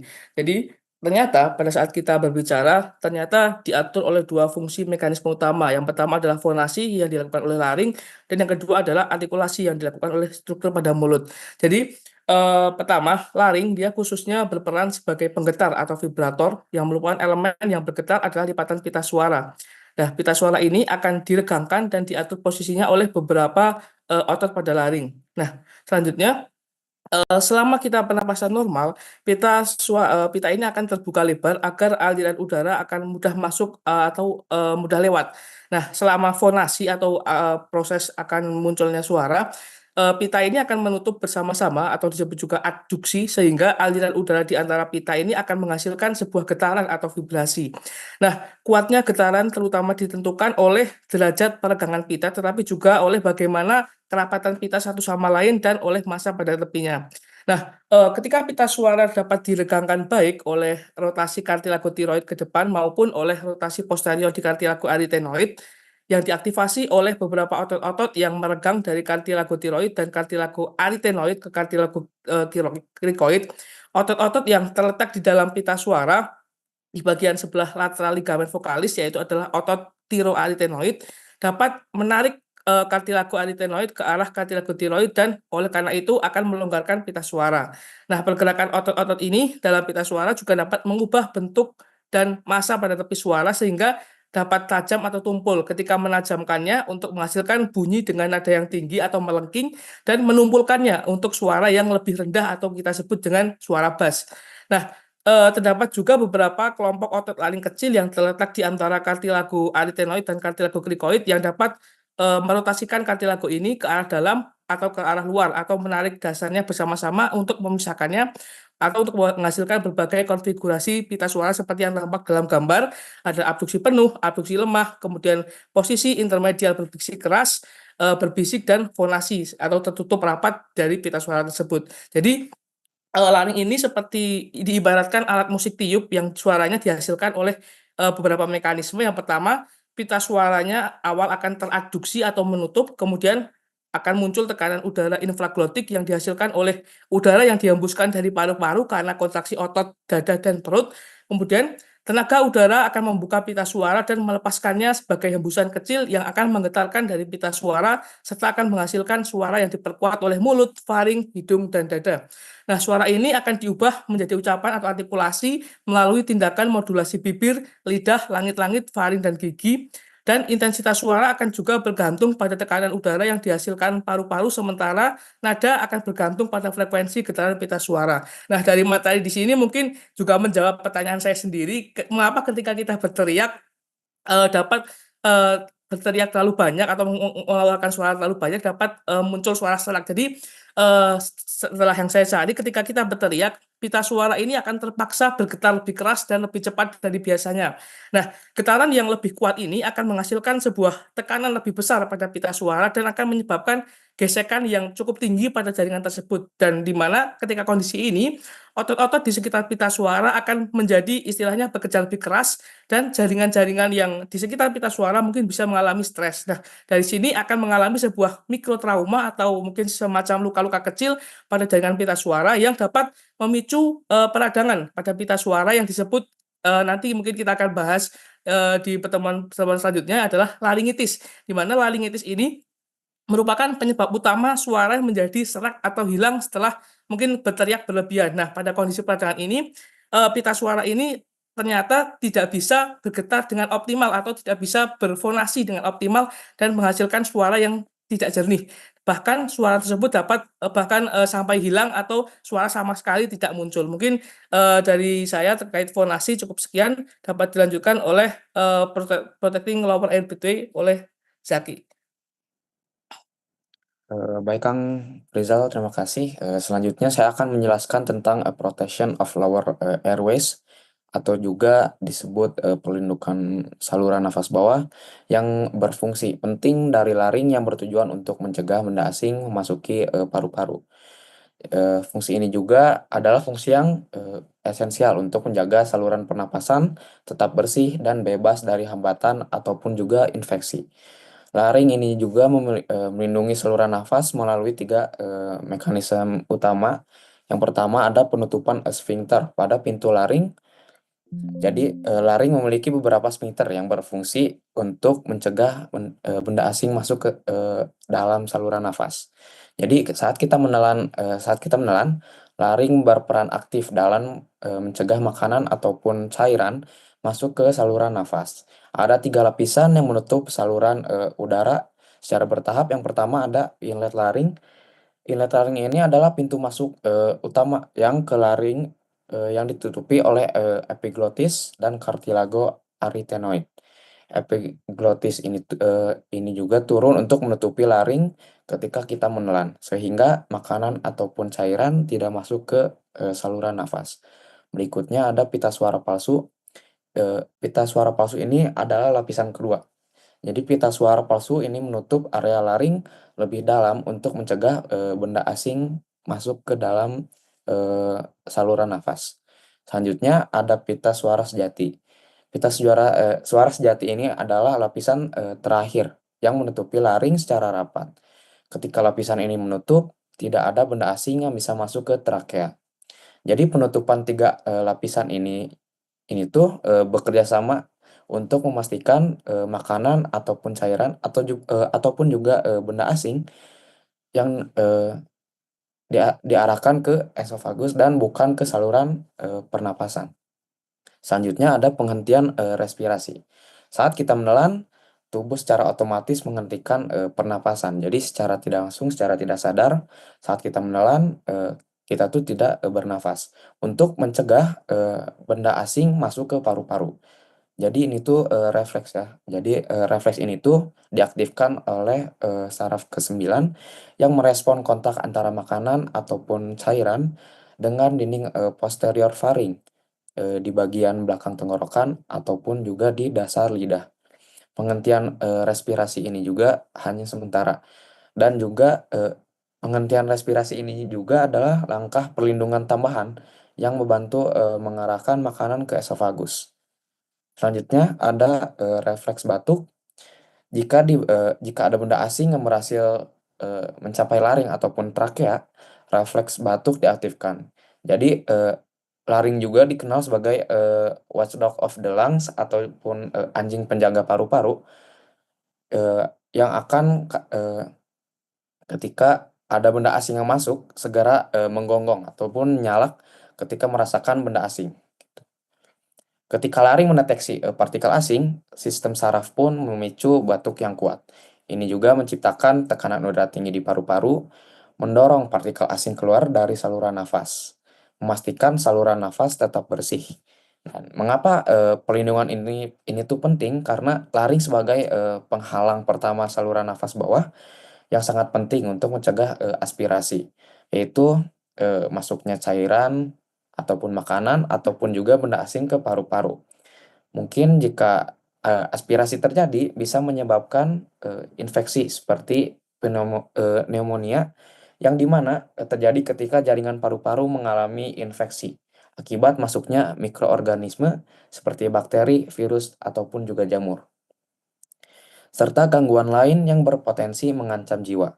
Mekanisme perlindungan ini adalah adaptasi tubuh untuk memastikan proses makan dan bernafas bisa berlangsung aman tanpa adanya risiko saluran pernapasan. Mungkin sekian dari saya kembalikan ke moderator. Terima kasih.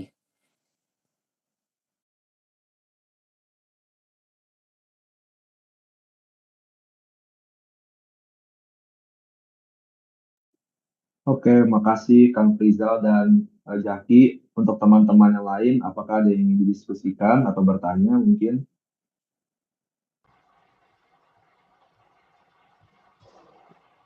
Jika semua sudah aman, mungkin boleh dilanjut ke bagian selanjutnya. Baik, terima kasih atas kesempatannya Farel. Saya ingin melanjutkan mengenai refleks dari batuk yang sudah juga tadi sempat sedikit disinggung oleh Jack. Di mana cough reflex ini itu adalah sebuah mekanisme alami dari tubuh kita buat tadi juga untuk menjaga agar saluran pernapasan itu tetap bersih dan dari benda asing kayak misalnya zat iritan, lendir yang berlebih, dan juga dia ini akan melibatkan koordinasi reseptor di paru-paru dengan pusat batuk di otak melalui saraf vagus. Nah, refleks batuk ini juga terjadi karena saluran pernapasan bagian atas itu punya area-area yang sangat peka terhadap rangsangan baik secara mekanis ataupun kimiawi. Nah, si sensitivitas ini tuh bisa memungkinkan buat tubuh kita bisa merespon dengan cepat ketika ada ancaman yang berpotensi untuk mengganggu si fungsi pernapasannya tadi. Nah, contohnya di sini ada bronkus dan trakea, di mana ini tuh sangat sensitif terhadap sentuhan ringan sehingga ketika ada sedikit aja itu benda asing atau penyebab dari iritasi lainnya itu bisa menyebabkan atau memicu refleks dari batuk. Nah, laring dan karina juga yaitu titik di mana si trakea ini bisa membelah menjadi bronkus. Dia itu sangat sensitif juga, dan juga ada bronchiolus di mana ini terminal juga serta akan bahkan alveoli pun sensitif terhadap si rangsangan kimiawi seperti korosif seperti gas sulfur dioksida ataupun gas klorin. Nah, buat dari refleks batuk ini juga dibagi menjadi 4 fase. Yang pertama ada trigger phase, ada inspiration phase, ada compression phase, dan expulsion. Mungkin boleh di next terlebih dahulu.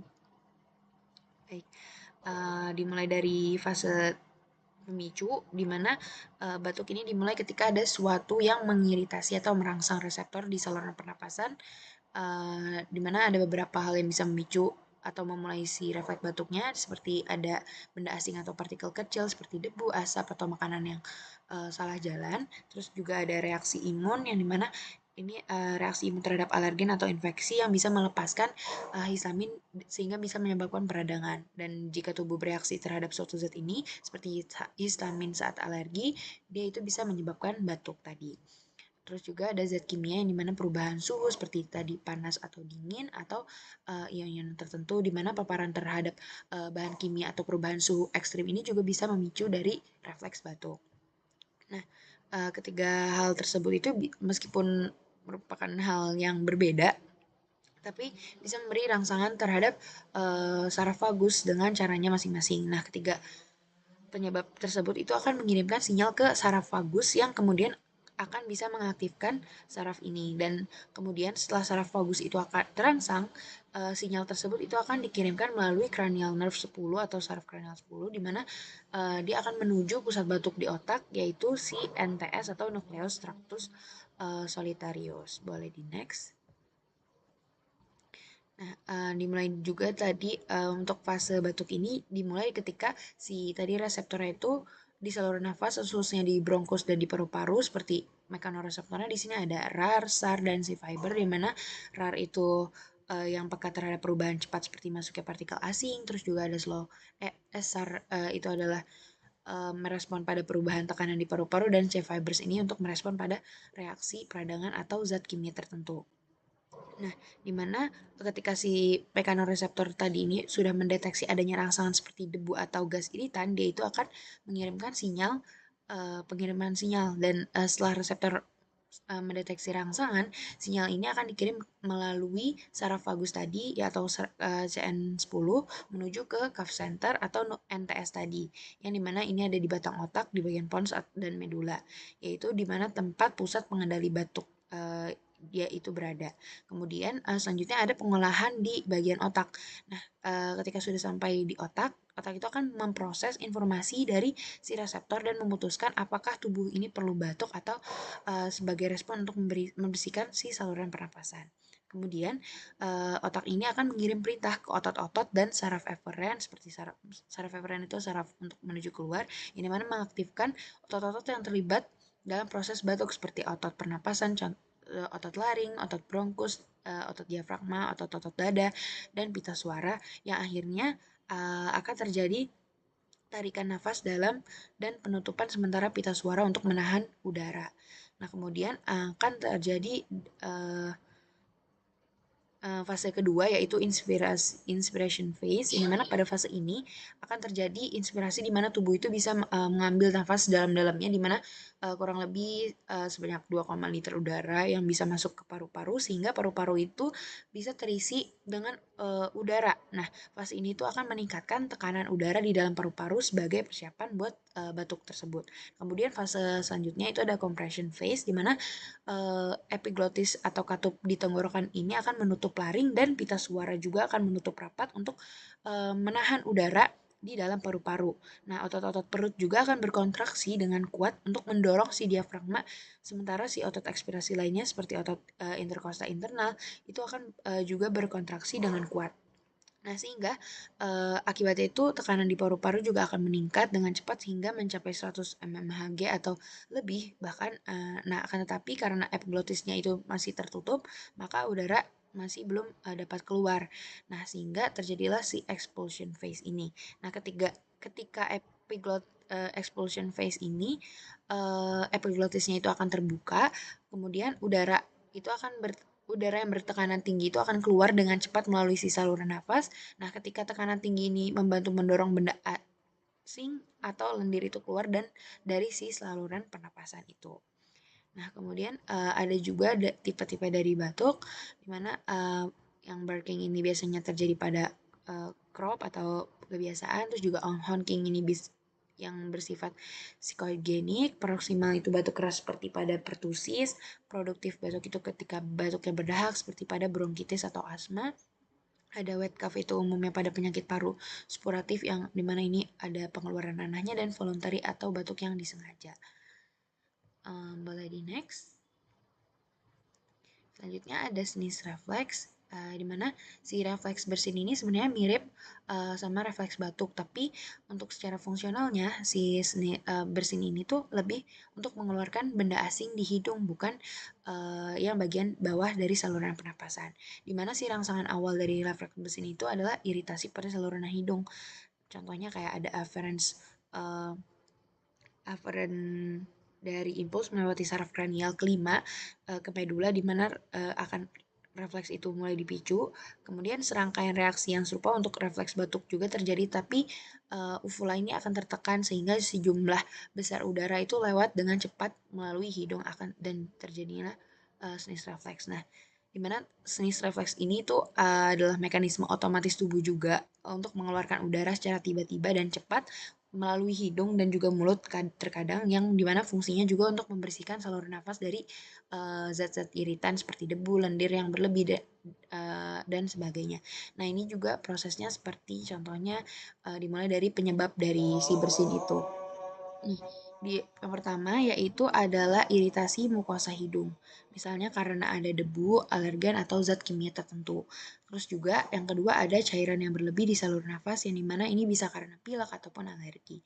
Nah, untuk komponen-komponen dari dan proses refleks bersin ini sendiri dimulai dari adanya penerimaan rangsangan, di mana rangsangan ini akan terdeteksi oleh si reseptor di mukosa hidung dan reseptor olfaktorius atau penciuman. Kemudian ada pembawa sinyal masuk. Nah, saraf di mana dimasuki oleh saraf trigeminal dan saraf olfaktorius yang membawa sinyal dari hidung menuju ke pusat pengendali bersin di otak. Kemudian setelah sinyal mencapai di medula bagian otak yang mengatur refleks, medula ini akan memproses rangsangan tersebut dan juga mempersiapkan tubuh untuk bersin. Nah, ketika medula mengirim perintah melalui saraf trigeminal dan saraf vagus untuk mengaktifkan otot-otot yang akan diperlukan.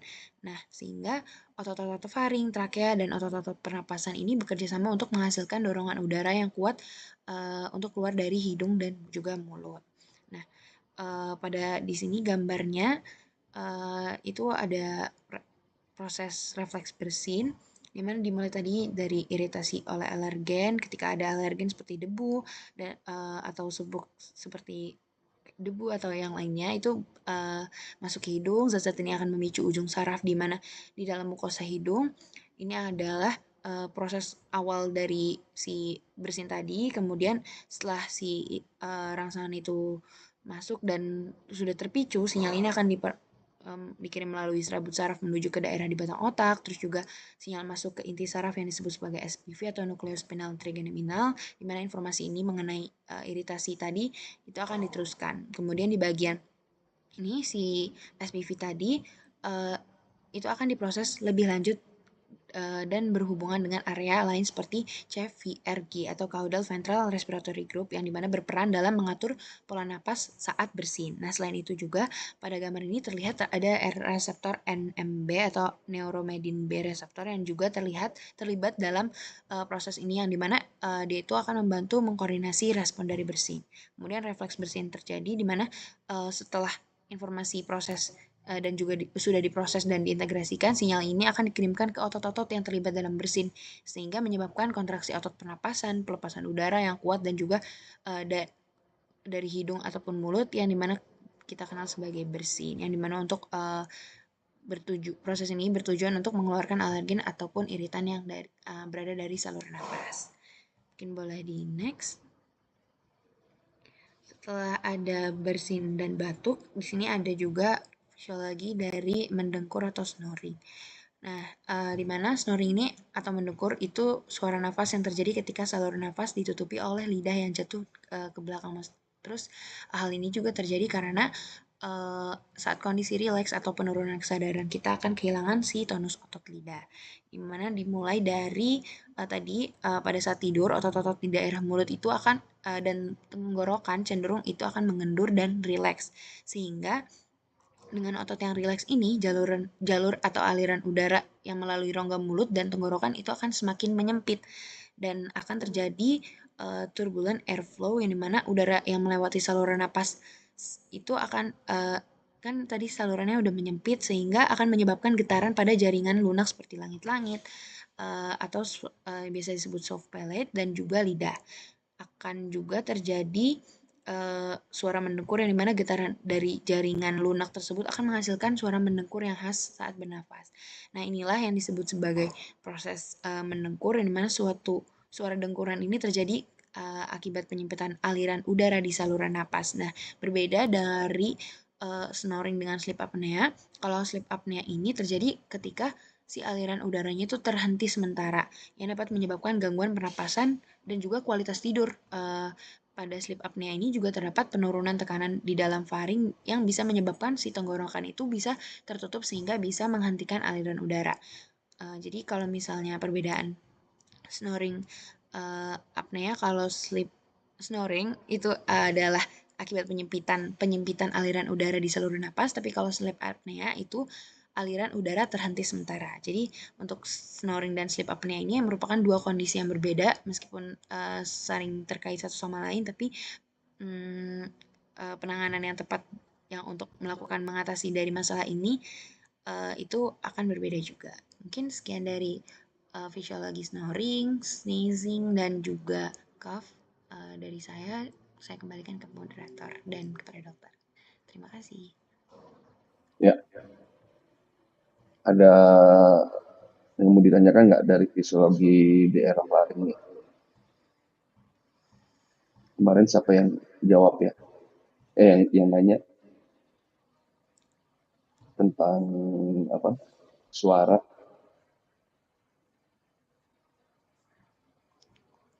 Seingat saya Kang Rizal dok. Iya Rizal ya kalau nggak salah yang nadanya kayak orang Jawa ya. Iya Rizal. dok. Iya benar dok. Iya dok. Gimana Rizal? Kemarin kamu nanya tentang apa Rizal? Kemarin kan bertanya mengapa ketika kita mengeluarkan banyak suara atau berteriak bisa menyebabkan suara itu serak atau bahkan mungkin hilang. Ya, oke. Kembali lagi ke fungsinya nih. Coba dilihat fungsi fonasi dari suara. Nah, suara itu terjadi karena apa? Rizal, kan tadi kami yang ngebahas nih. Penutupan.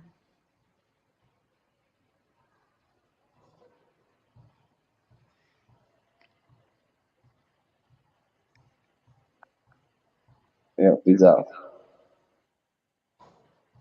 Kenapa kita jadi ada suara pada saat berbicara?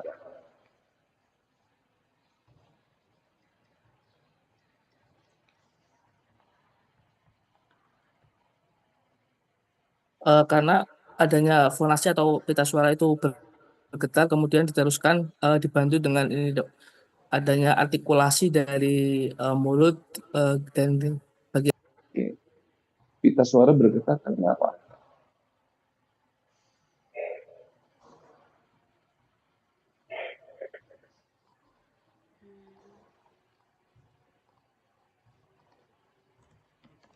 Halo, karena ya Rizal nih, kok hilang?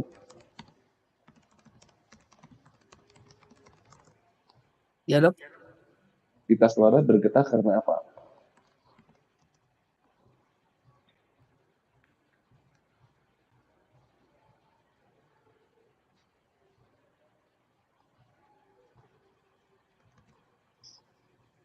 Baik, Dok. Jadi setahu saya kenapa pita suara itu bergetar karena adanya aliran udara dari paru-paru yang istilahnya melewati laring, kemudian memberikan tekanan pada pita suara yang pada saat pita suara itu posisinya adduksi atau menutup, Dok.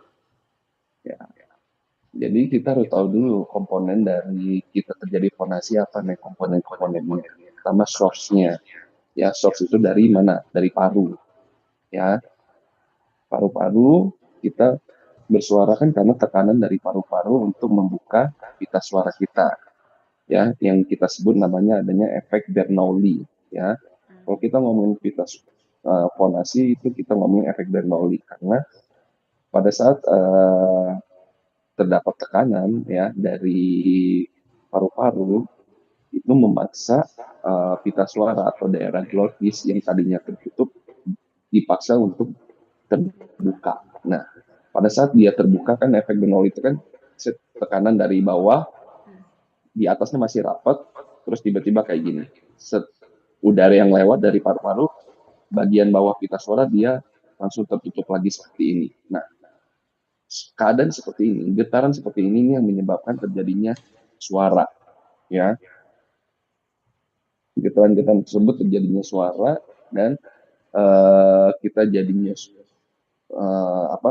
suara kita jelas dan gitu, nada suara kita bagus itu dibantu oleh artikulasi dan juga resonansinya. Ya, jadi yang utamanya adalah adanya source-nya dulu dari paru yang menggetarkan pita suara. Nah, pada orang yang menjerit terlalu berat, ya, yang hebat, artinya kan itu menggunakan vocal abuse ya, menggunakan suara yang tidak semestinya, ya. Nah, itu membuat mukosa pita suara bengkak, edem, ya, sehingga terjadinya gelombang getaran yang terjadinya getaran pada pita suara itu membuat terganggu, ya, sehingga itu yang menyebabkan suara kita menjadi serak, ya, sehingga karena dia edem pada saat orang yang trauma pita suara aduksinya itu tidak rapat pada saat kita aduksi itu kan menutup pita suaranya kan, ya. Nah itu terganggu, ya, sehingga menyebabkan suara menjadi serak, ya. Nah jadi kalian kalau nemuin orang yang serak, kalian harus tahu dulu, harus anamnesis yang benar gitu. Apakah masalahnya di pita suaranya atau masalahnya ada di paru-parunya, ya. Orang yang sakit paru-paru berat, ya, kayak misalnya TBC atau yang udah berat ya ini, tapi TBC-nya menyebabkan paru-parunya fibrosis sehingga udara yang dihasilkan dari paru-paru untuk membuka pita suara menjadi lemah. Itu menyebabkan suara juga menjadi terganggu, ya. Nah, jadi intinya di situ ada source-nya dulu dan juga Ya, vibrator artinya ya pita suara. Tapi bagaimana nih dok kalau misalnya softnya bagus dok, paru-parunya nggak ada masalah, tapi kok suaranya serak, yaitu yang pertama dari epitelnya apakah edem atau tidak. Lalu pergerakan pita suaranya ya terganggu. Kenapa pergerakan pita suaranya terganggu? Ya, bisa karena parese plica vocalis. Ya, parese itu artinya geraknya yang harusnya kan geraknya simetris seperti ini. Nah, kalau parese artinya yang cuma sebelahnya doang yang gerak, sehingga terdapat gap kan, si rima glotisnya terbuka kan. Nah, itu menyebabkan gerakan si pita suara terganggu, sehingga menyebabkan serak juga suara. Ya, jadi bisa karena epitel dari pita suara, apakah dia edem ataukah ada suatu massa di epitel pita suaranya, ya bisa karena nodul, bisa karena polip, bisa karena kista plica vocalis, sehingga mengganggu terjadinya fonasi. Ya, siapa siapa namanya? Rizal. Baik dok, terima kasih banyak dok. Udah paham belum kira-kira jadinya? Dari saya paham dok. Oke, ada lagi nggak yang ingin ditanyakan mengenai ini? Jangan lupa terjadinya fonasi itu kita harus ingat efek Bernoulli ya.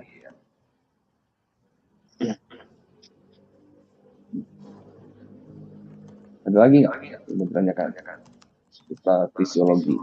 Ini udah selesai ya? Atau masih ada lanjutan setelah dari snoring tadi? Masih ada sedikit dok. Apa?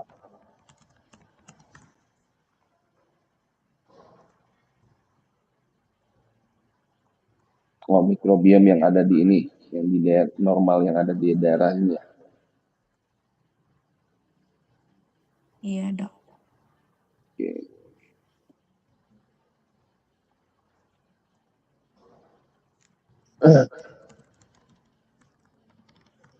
Mungkin nanti bisa kita lanjutin nanti pada saat pertemuan selanjutnya ya, yang selanjutnya ini.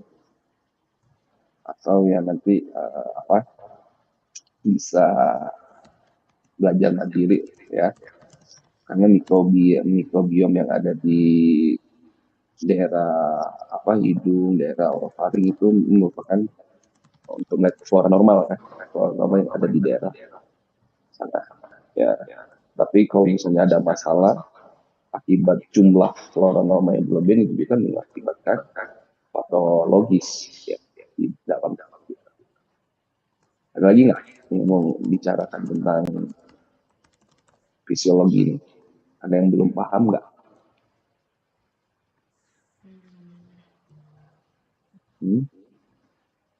Atau nggak ngerti malah? Paham sih dong.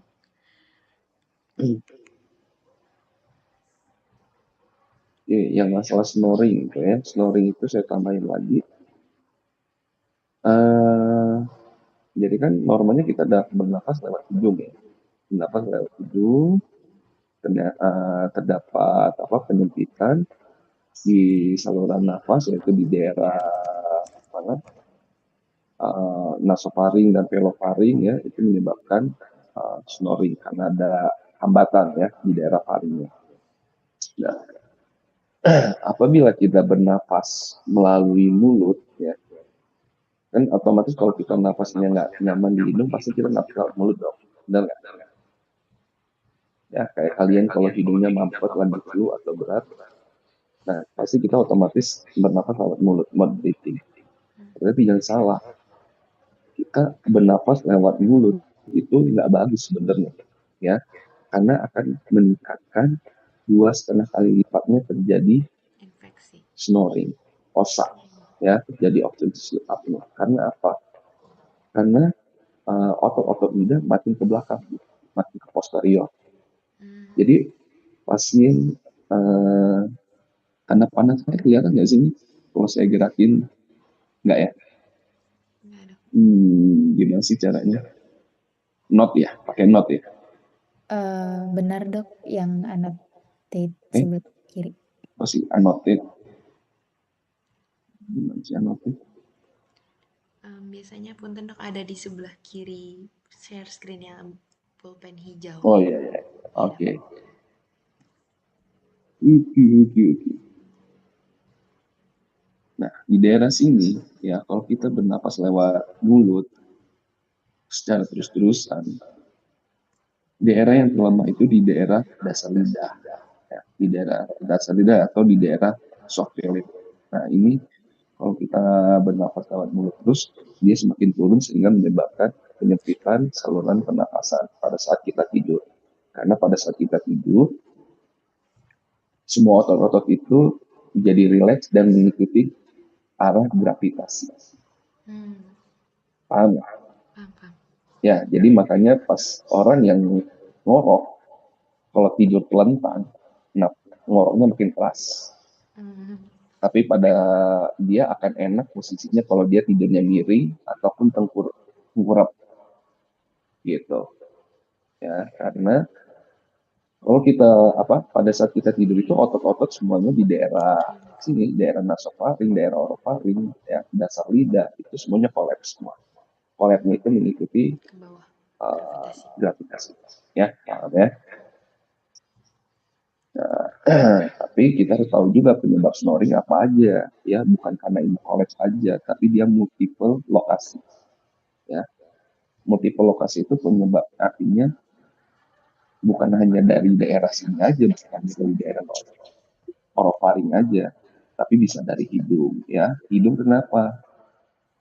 Hipertrofi kongka inferior, septum deviasi, rinitis alergi, rhinosinusitis yang menyebabkan pembengkakan atau pembengkakan di daerah hidung sehingga aliran turbulensi aliran udara terganggu, ya, itu bisa menyebabkan stroke, ya. Amandel yang ada di daerah nasofaring atau kita sebut adenoid atau daerah amandel yang ada di daerah tonsila palatina atau amandel yang di daerah basis lidah, ya. Kalau itu membesar itu bisa menyebabkan penyempitan juga, ya, sehingga terjadinya snoring, ya. Oke, artinya snoring itu ya penyempitan aliran udara, ya, akibat snoring itu. Oke, ya. Obesitas juga jelas menyebabkan snoring. Kenapa? Karena lemak yang ada di leher itu menekan daerah nasoorofaring, daerah sini, sehingga menyempit daerah orofaringnya. Gitu. Tapi dengan catatan kalau misalnya laki-laki, kalau dikatakan dia sudah memiliki faktor risiko terjadinya snoring, osa, kalau lingkar leher kita lebih dari 43 cm, yaitu risiko terjadinya osa. Kalau pada perempuan, kalau misalnya lingkar lehernya lebih dari 38 cm. Ya. Ayo sok dihitung leher ininya. Kalau misalnya lebih berarti harus diet. Oke. Ada lagi yang mau ditanyakan?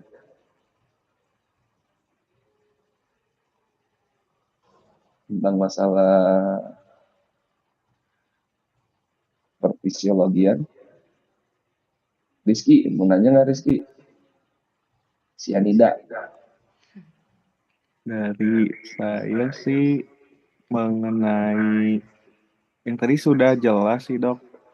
Kondisi udara, Yang mana? berarti kayak kelembapan udara atau polusi itu bisa langsung mempengaruhi tentang fonasi.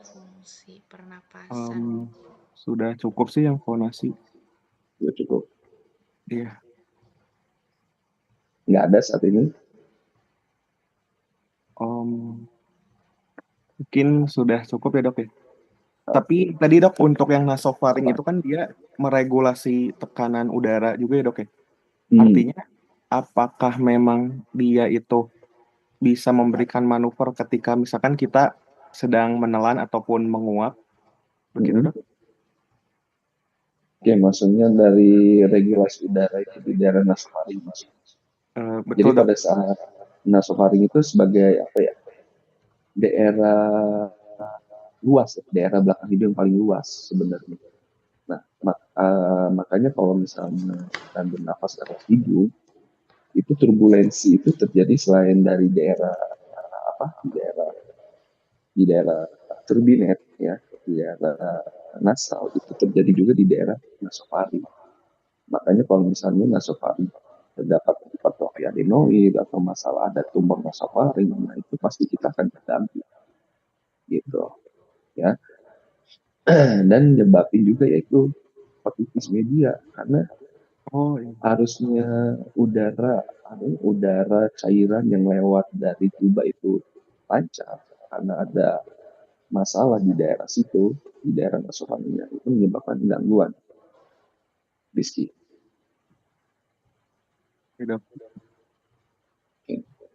Ini yang dari Malaysia nih, tinggi men. Tur nuhun dokter. Ditanyakan ke apa, Rizky? Iya dok, sudah jelas ya, tur nuhun dokter. Oke. Tinggi men, ada yang mau Ya ditanyakan nggak? dokter. Jika dari saya mungkin function epiglottis kah? Ada mungkin tidak tahu semasa fonasi itu adakah epiglottis itu akan tertutup atau gimana, kan kerana epiglottis itu di atas vocal fold kan, jadi fonasi itu ialah pertembungan airflow dan getaran lah yang menyebabkan getaran dengan vocal fold. Jadi atau epiglottis ada buka atau tidak, ya dokter. Oke. Ya, artinya kamu nanya tentang epiglottis ya, Cinjiwen ya. Apakah ada fungsinya pada fonasi ya, Cinjiwen? Iya dokter. Oke. Kalau epiglottis itu sebenarnya pada saat kita fonasi dia tidak ada fungsinya, Cinjiwen. Ya.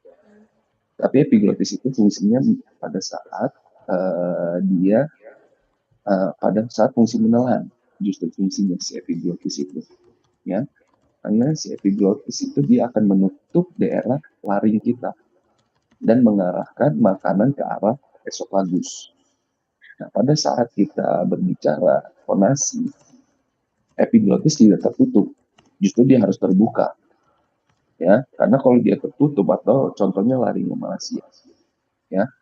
Kalau dia laringomalacia, itu akan menyebabkan gangguan fonasi, ya, akibat epiglottisnya yang bentuknya omega shape.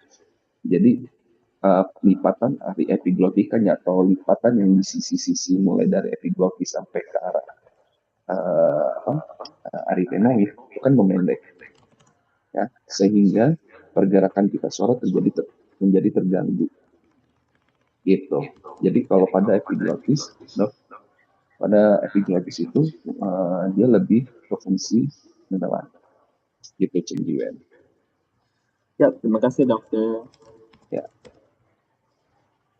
Ada lagi mau ditanyakan?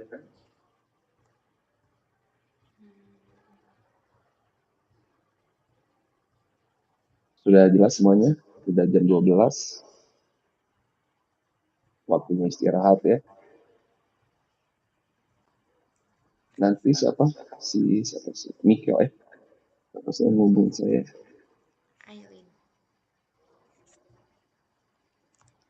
Aileen dokter. Nah? Aileen. Aileen ya, aduh lupa. Nanti bertemu lagi di hari apa, Aileen? Saya kan hari Kamis itu ada sekar ya. Sekar dari jam 11 sampai jam 12 di mana? Di Jatinangor. Nah, kalau misalnya kita kuliah mulai jam 1, gimana pertemuan tatap muka? Mumpung saya ada di Nangor. Kalian ada kuliah nggak? Oke.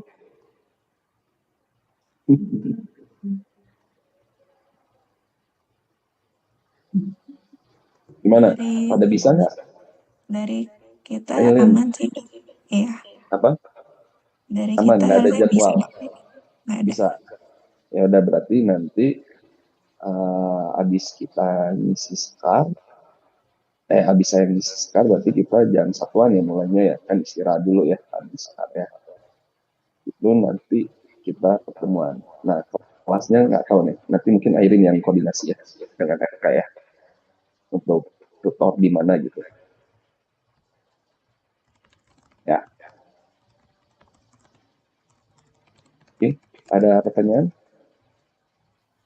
Famis, kita lanjutin yang basic science lagi atau mau langsung ke Boleh klinis basic ya, Dok? science yang tadi, tapi sih saya lebih maunya ke ini, penyakitnya langsung kita. Jadi dari penyakit yang kata saya tadi, patofisiologi, ya patogenesis penyakit, mulai dari ini aja dulu, dari nasal sampai ke faring aja dulu dibikinnya, nggak usah terlalu sampai selesai. Ya, jadi pada saat kita membahas penyakit tersebut, kita bahas juga